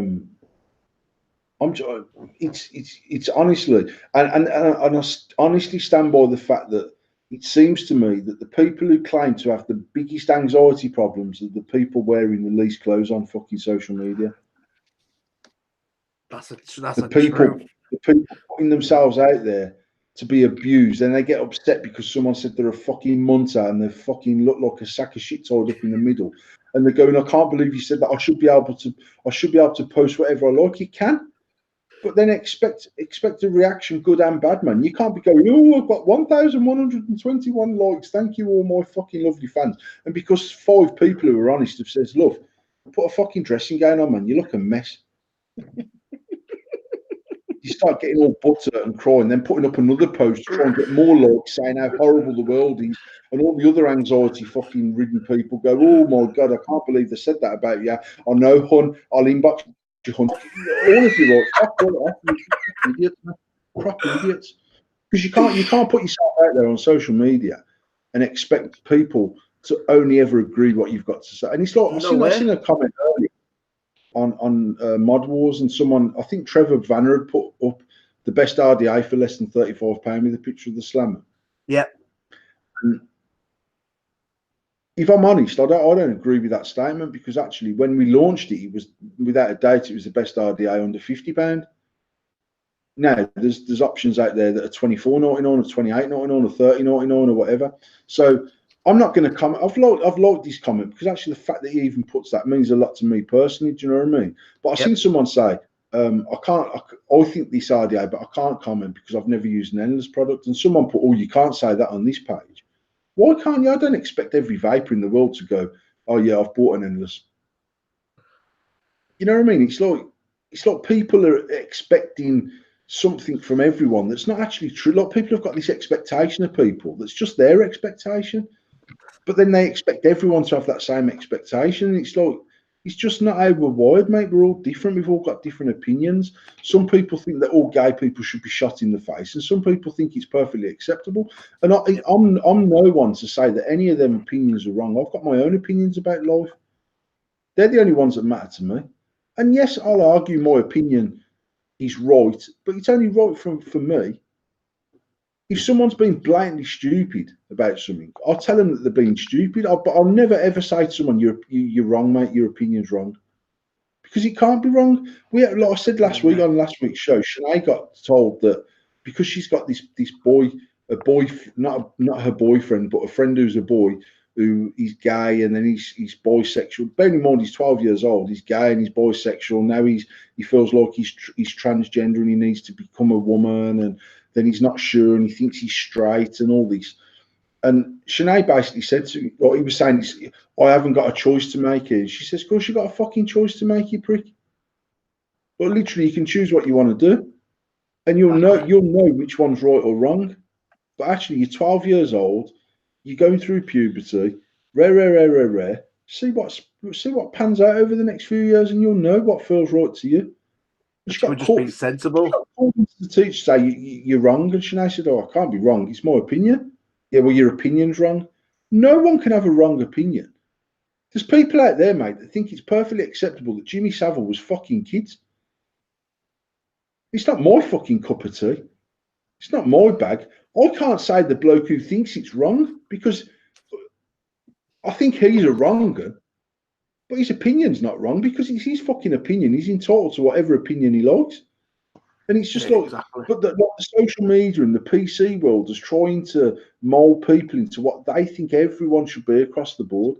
And the truth of it is, mate, we're all different. And even me as a person, yeah, Rick Riyad's just tuned in. Right, Rick is someone that I can speak to on a level, because I like, and I'm not blowing smoke up Rick's arse. I just happen to notice he's coming. So me and Rick can have a conversation. We can be funny. We can be having a laugh. We can have a serious conversation. And we've done all of them things over various years and spoke about various things. Some of it's stuff that you wouldn't want anyone else to see, because we're having a fucking look. Some people have just got a dark sense of humour, and that's my cup of tea. I can laugh at a joke about paedophiles. It doesn't mean that I'm a paedophile. And I think it's funny that fucking young kids get fucked. It doesn't mean the essence of a joke can't be funny. Yep. So because I enjoy Rick as a human being, I could converse with him and I could speak to him. And if I was in Rick's neck of the woods and he phoned me up and says, "I hear you're up here, mate. Do you want to go out for a drink?" I'd say, "Give me a postcode, mate, and I'll punch it into me dash and I'm on my way around to you." There's other people that I don't like, and it's not because I don't like them. They're just not my fucking cup of tea. Yeah. The things that they say that other people find funny makes me want to stamp on cats. The way that they conduct themselves that other people think is lovely makes me want to stamp on fucking cats. And it's just because they're not for me. Yeah.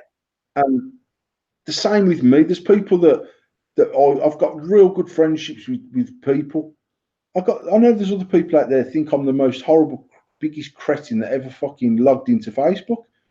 I don't take offence by that, Tom. I never. If someone says, I've seen it on post go, no, I don't like Paul Howson, man, he's a prick. I've never once piped up and gone, I'm not a prick. Because he clearly thinks I'm a prick. But then there's other people that go, you know what? I used to think he was a prick, and actually at Vape Fest, I spoke to him for about an hour, had a really good conversation, and he's actually a decent bloke. There's other people that says I spoke to him for an hour at Vape Fest, I still think he's a fucking prick. Right, so there's all them different opinions, and that's all they are. There's opinions. That's me and you. That's me and you. That fucking when you used to hate me. Remember that? Yeah, but I didn't ever hate you. I don't hate you. I just thought you were a prick. No, I actually thought you were ignorant. But that was just my opinion of that night. And that night, I thought you've come all the way from Leeds. I've spoke to you at Expo. You're stood in my shop and you can't even say hello to me. Who the fuck do you think you are? But that's not because I thought you were anything. That was just my opinion of you. Now, some of that might be because I didn't even know about anxiety until Facebook was a thing, mate. I didn't know about the way people are. I'm not comfortable around. I mean, if anxiety is a thing, I get it around strangers the same way. But I just think it's because I'm not comfortable around strangers. I'm not going to the doctors going, oh my God, I need a black pill for when I go out in public and meet people that I don't know. And I said it before, and I know people say to me, oh, you're an insensitive prick, you are. I just think that it's okay not to be okay. And I think it's okay to have a shit day. And I think it's okay to wake up and hate the fucking world because we all do it. Yeah. I've never once gone to my doctors and says, oh, listen, man, the last 3 days I've just woke up and I've not even wanted a cup of coffee and I can't face the world. And when my phone rings, I can't even answer it. Now, I have them days, mate. And I'd imagine because of modern living and because of modern life and because of modern pressures of trying to live this fucking social media type life, there's lots of people out there that suffer with some sort of mental health. Mm-hmm.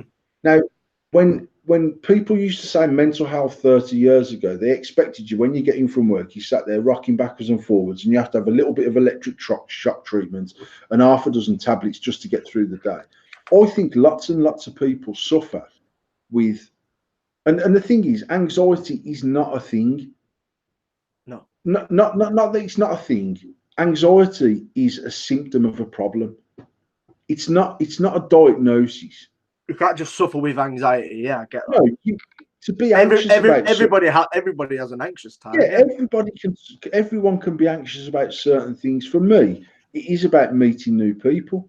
And when I was younger, I was like that. I was like the funny geezer that used to be funny, just so people knew that I weren't a prick. Because I used to walk into a room. I was 6'2", 6'3" when I was fucking 16 years old, and I was a big lad. And straight away, you knew some people were going, "Oh, he fucking thinks he's bad. He does." And I was just being me.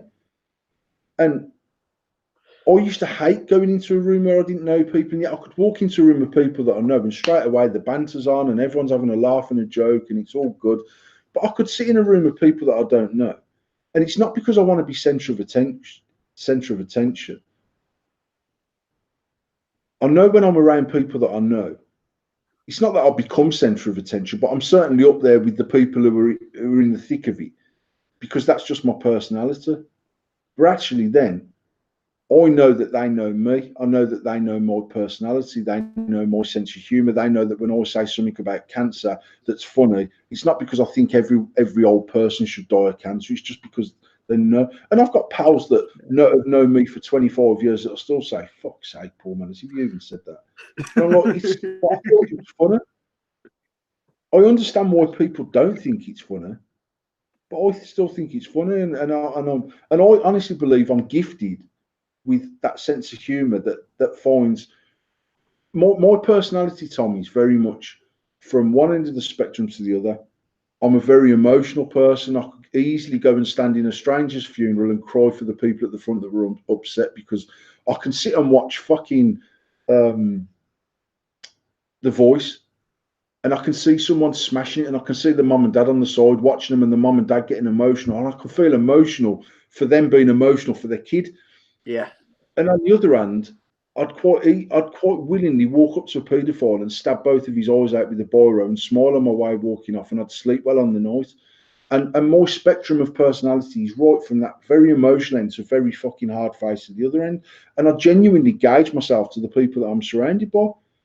So when I put up a status saying, if you think I'm a cunt and I act like a cunt to you, actually just think about the way you conduct yourself, because I'm not a cunt all the time. I can be a cunt. I can be horrible. I can be fucking sharp tongued.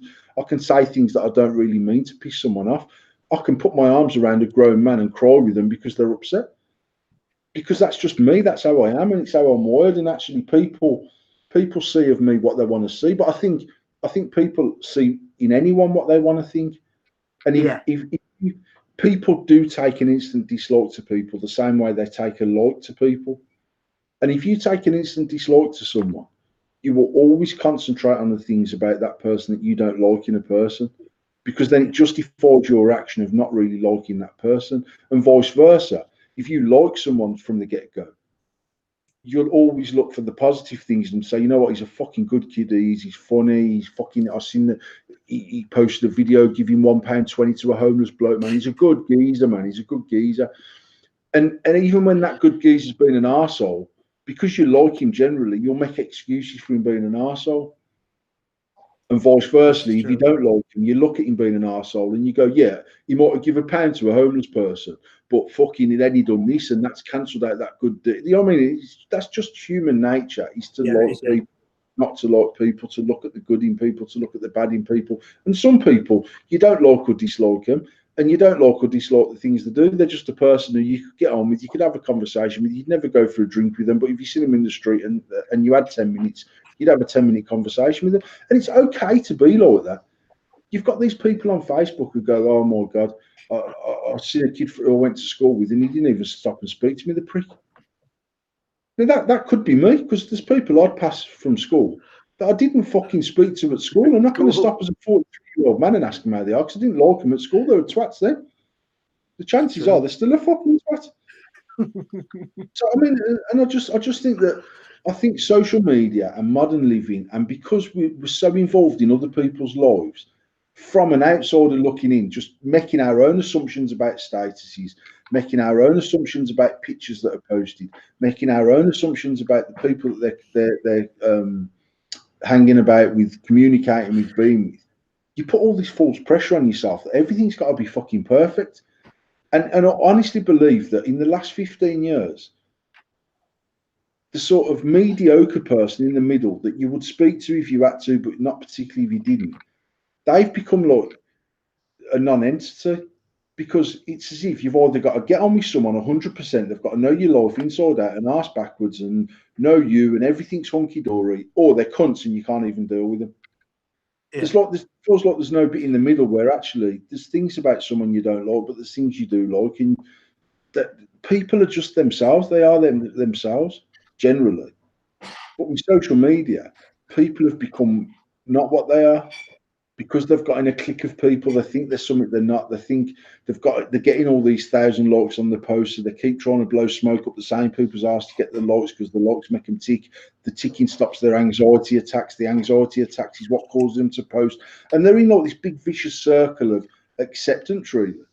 Yeah. Now, I can honestly say, I don't give a fuck whether I'm accepted or whether I'm not. And I've always been that way. And I've been that way from a 15-year-old kid, where I did used to steal cars.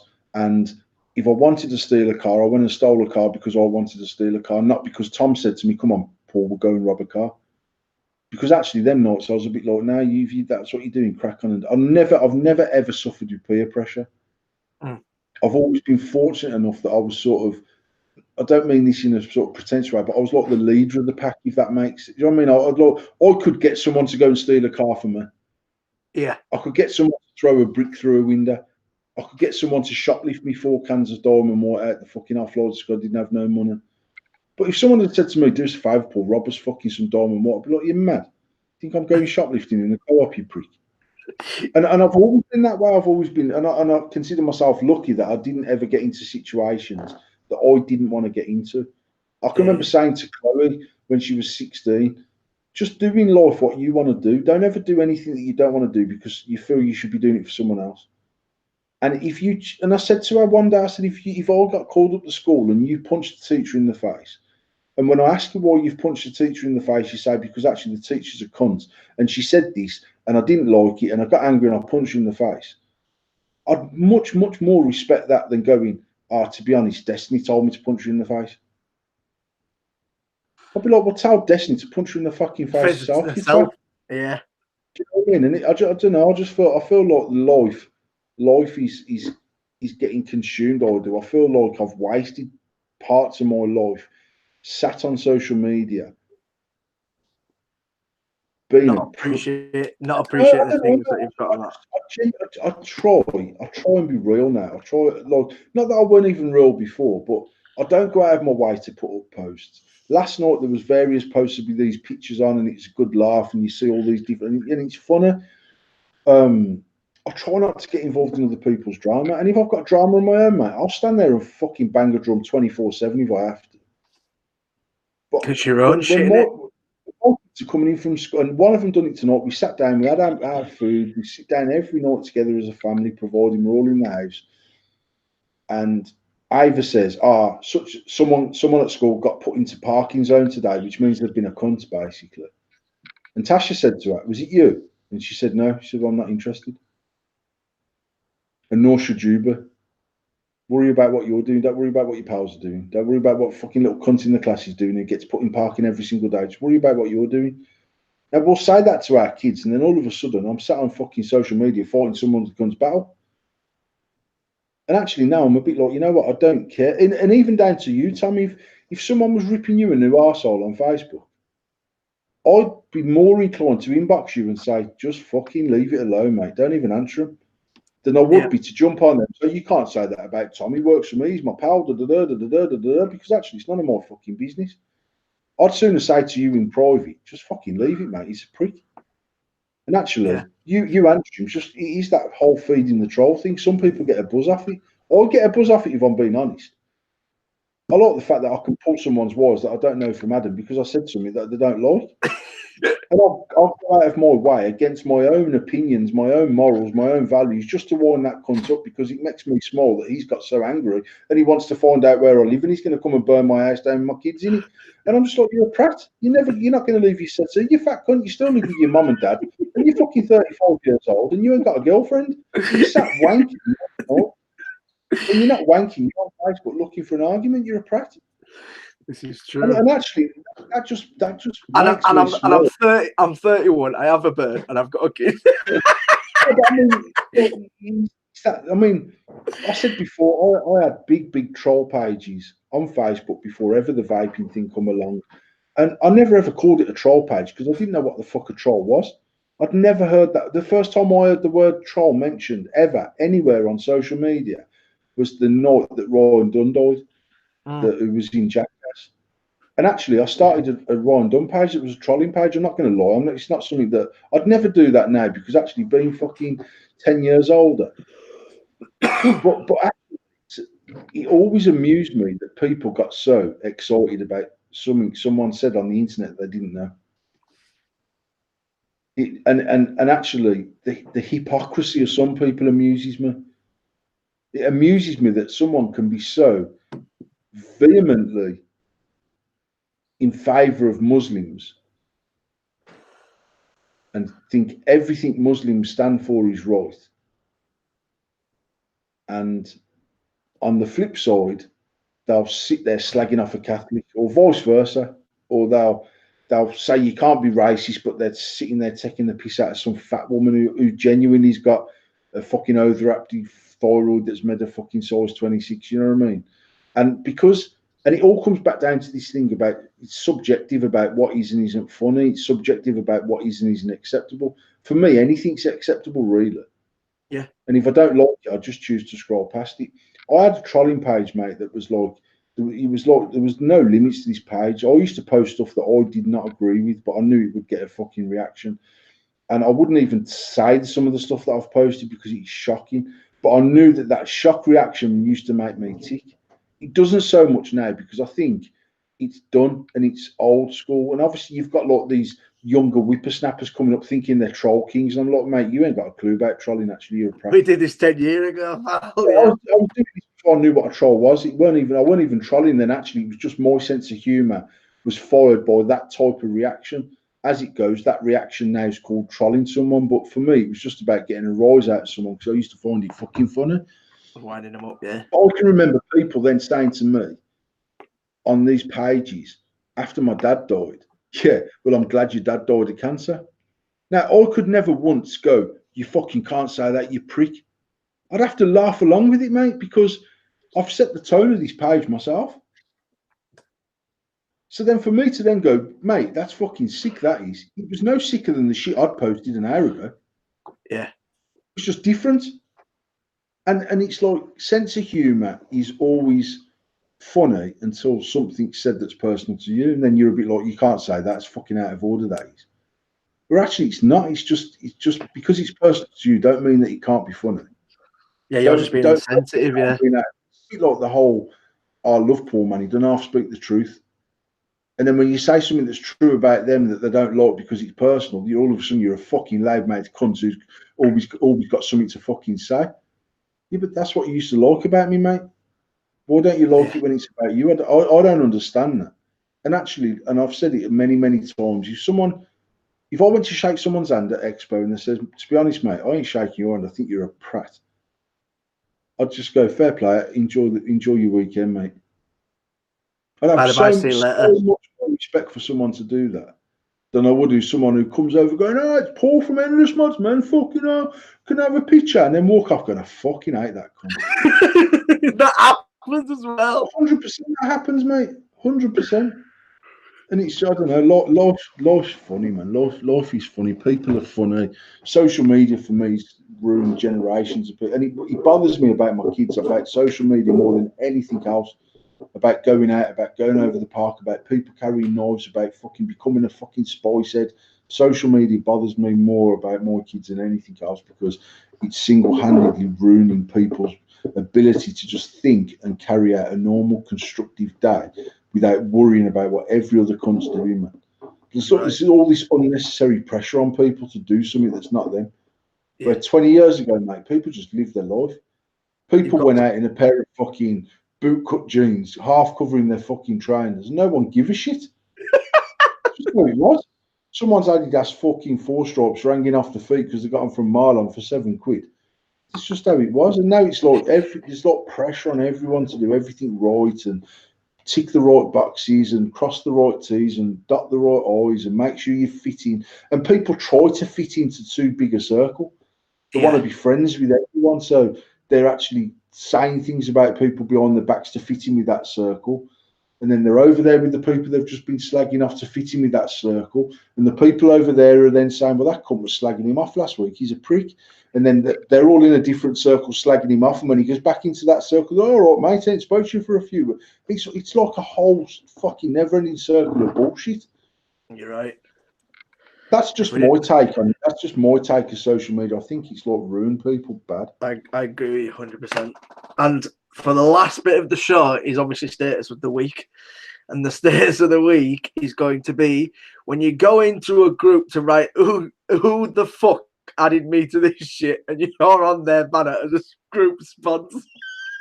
I saw that and it reminisced me when the other day when obviously I was on Mod Wars and someone did, I wasn't even, sorry, I was just on Facebook and somebody had put up a cloud check and they were using a regulated and I fucking went to write on there, no wires, and they realised it wasn't even Mod Wars. On your news feed. On my news feed, I was like, I do it with everything. I was on, I mean, that genuinely happened. That did 100%. I got a notification and I clicked on the notification, went to this group, and I was like, why am I even in this fucking group, man? Swear to God, and I was like, I'm fucking bored of this, like, fucking shit group after shit group after shit group. And then I was like, big fucking shady vaping, endless mods, fucking AF building. I was like, oh, fucking hell, best fucking not safe. I literally started typing on the wall. Who the fuck added me to this? Back off, you know what I mean? Leave me alone. And I was like, I best not do that. I best calm down. Oh, right. Well, it's 10:20. Thank you, everybody that's joined us this evening. We've had a good laugh, reminisce. We've told everybody the cunts, and we love you, really. We're all cunts, mate. All of us. someone somewhere, I'm a cunt, you're a cunt, and everyone's a cunt. But on the same token, I've got people out there that love me and people that hate me, and I just live my life and I'm me. And if you don't like me, just delete me, man. You ain't got to be nosy. You ain't got to hang about to be nosy to see what's going on in my life. Worry about your own life, man. Put your own shit in order, and then you can have an opinion about mine. There's too many people out there, mate. Life is in shit order, and they're judging everyone every single day of the week. I'm allowed to judge people because my life's fucking perfect. So fuck all of that. Peace. Right, everybody. See you next week. Paul calls the show. See you later. Peace. Ended on Facebook.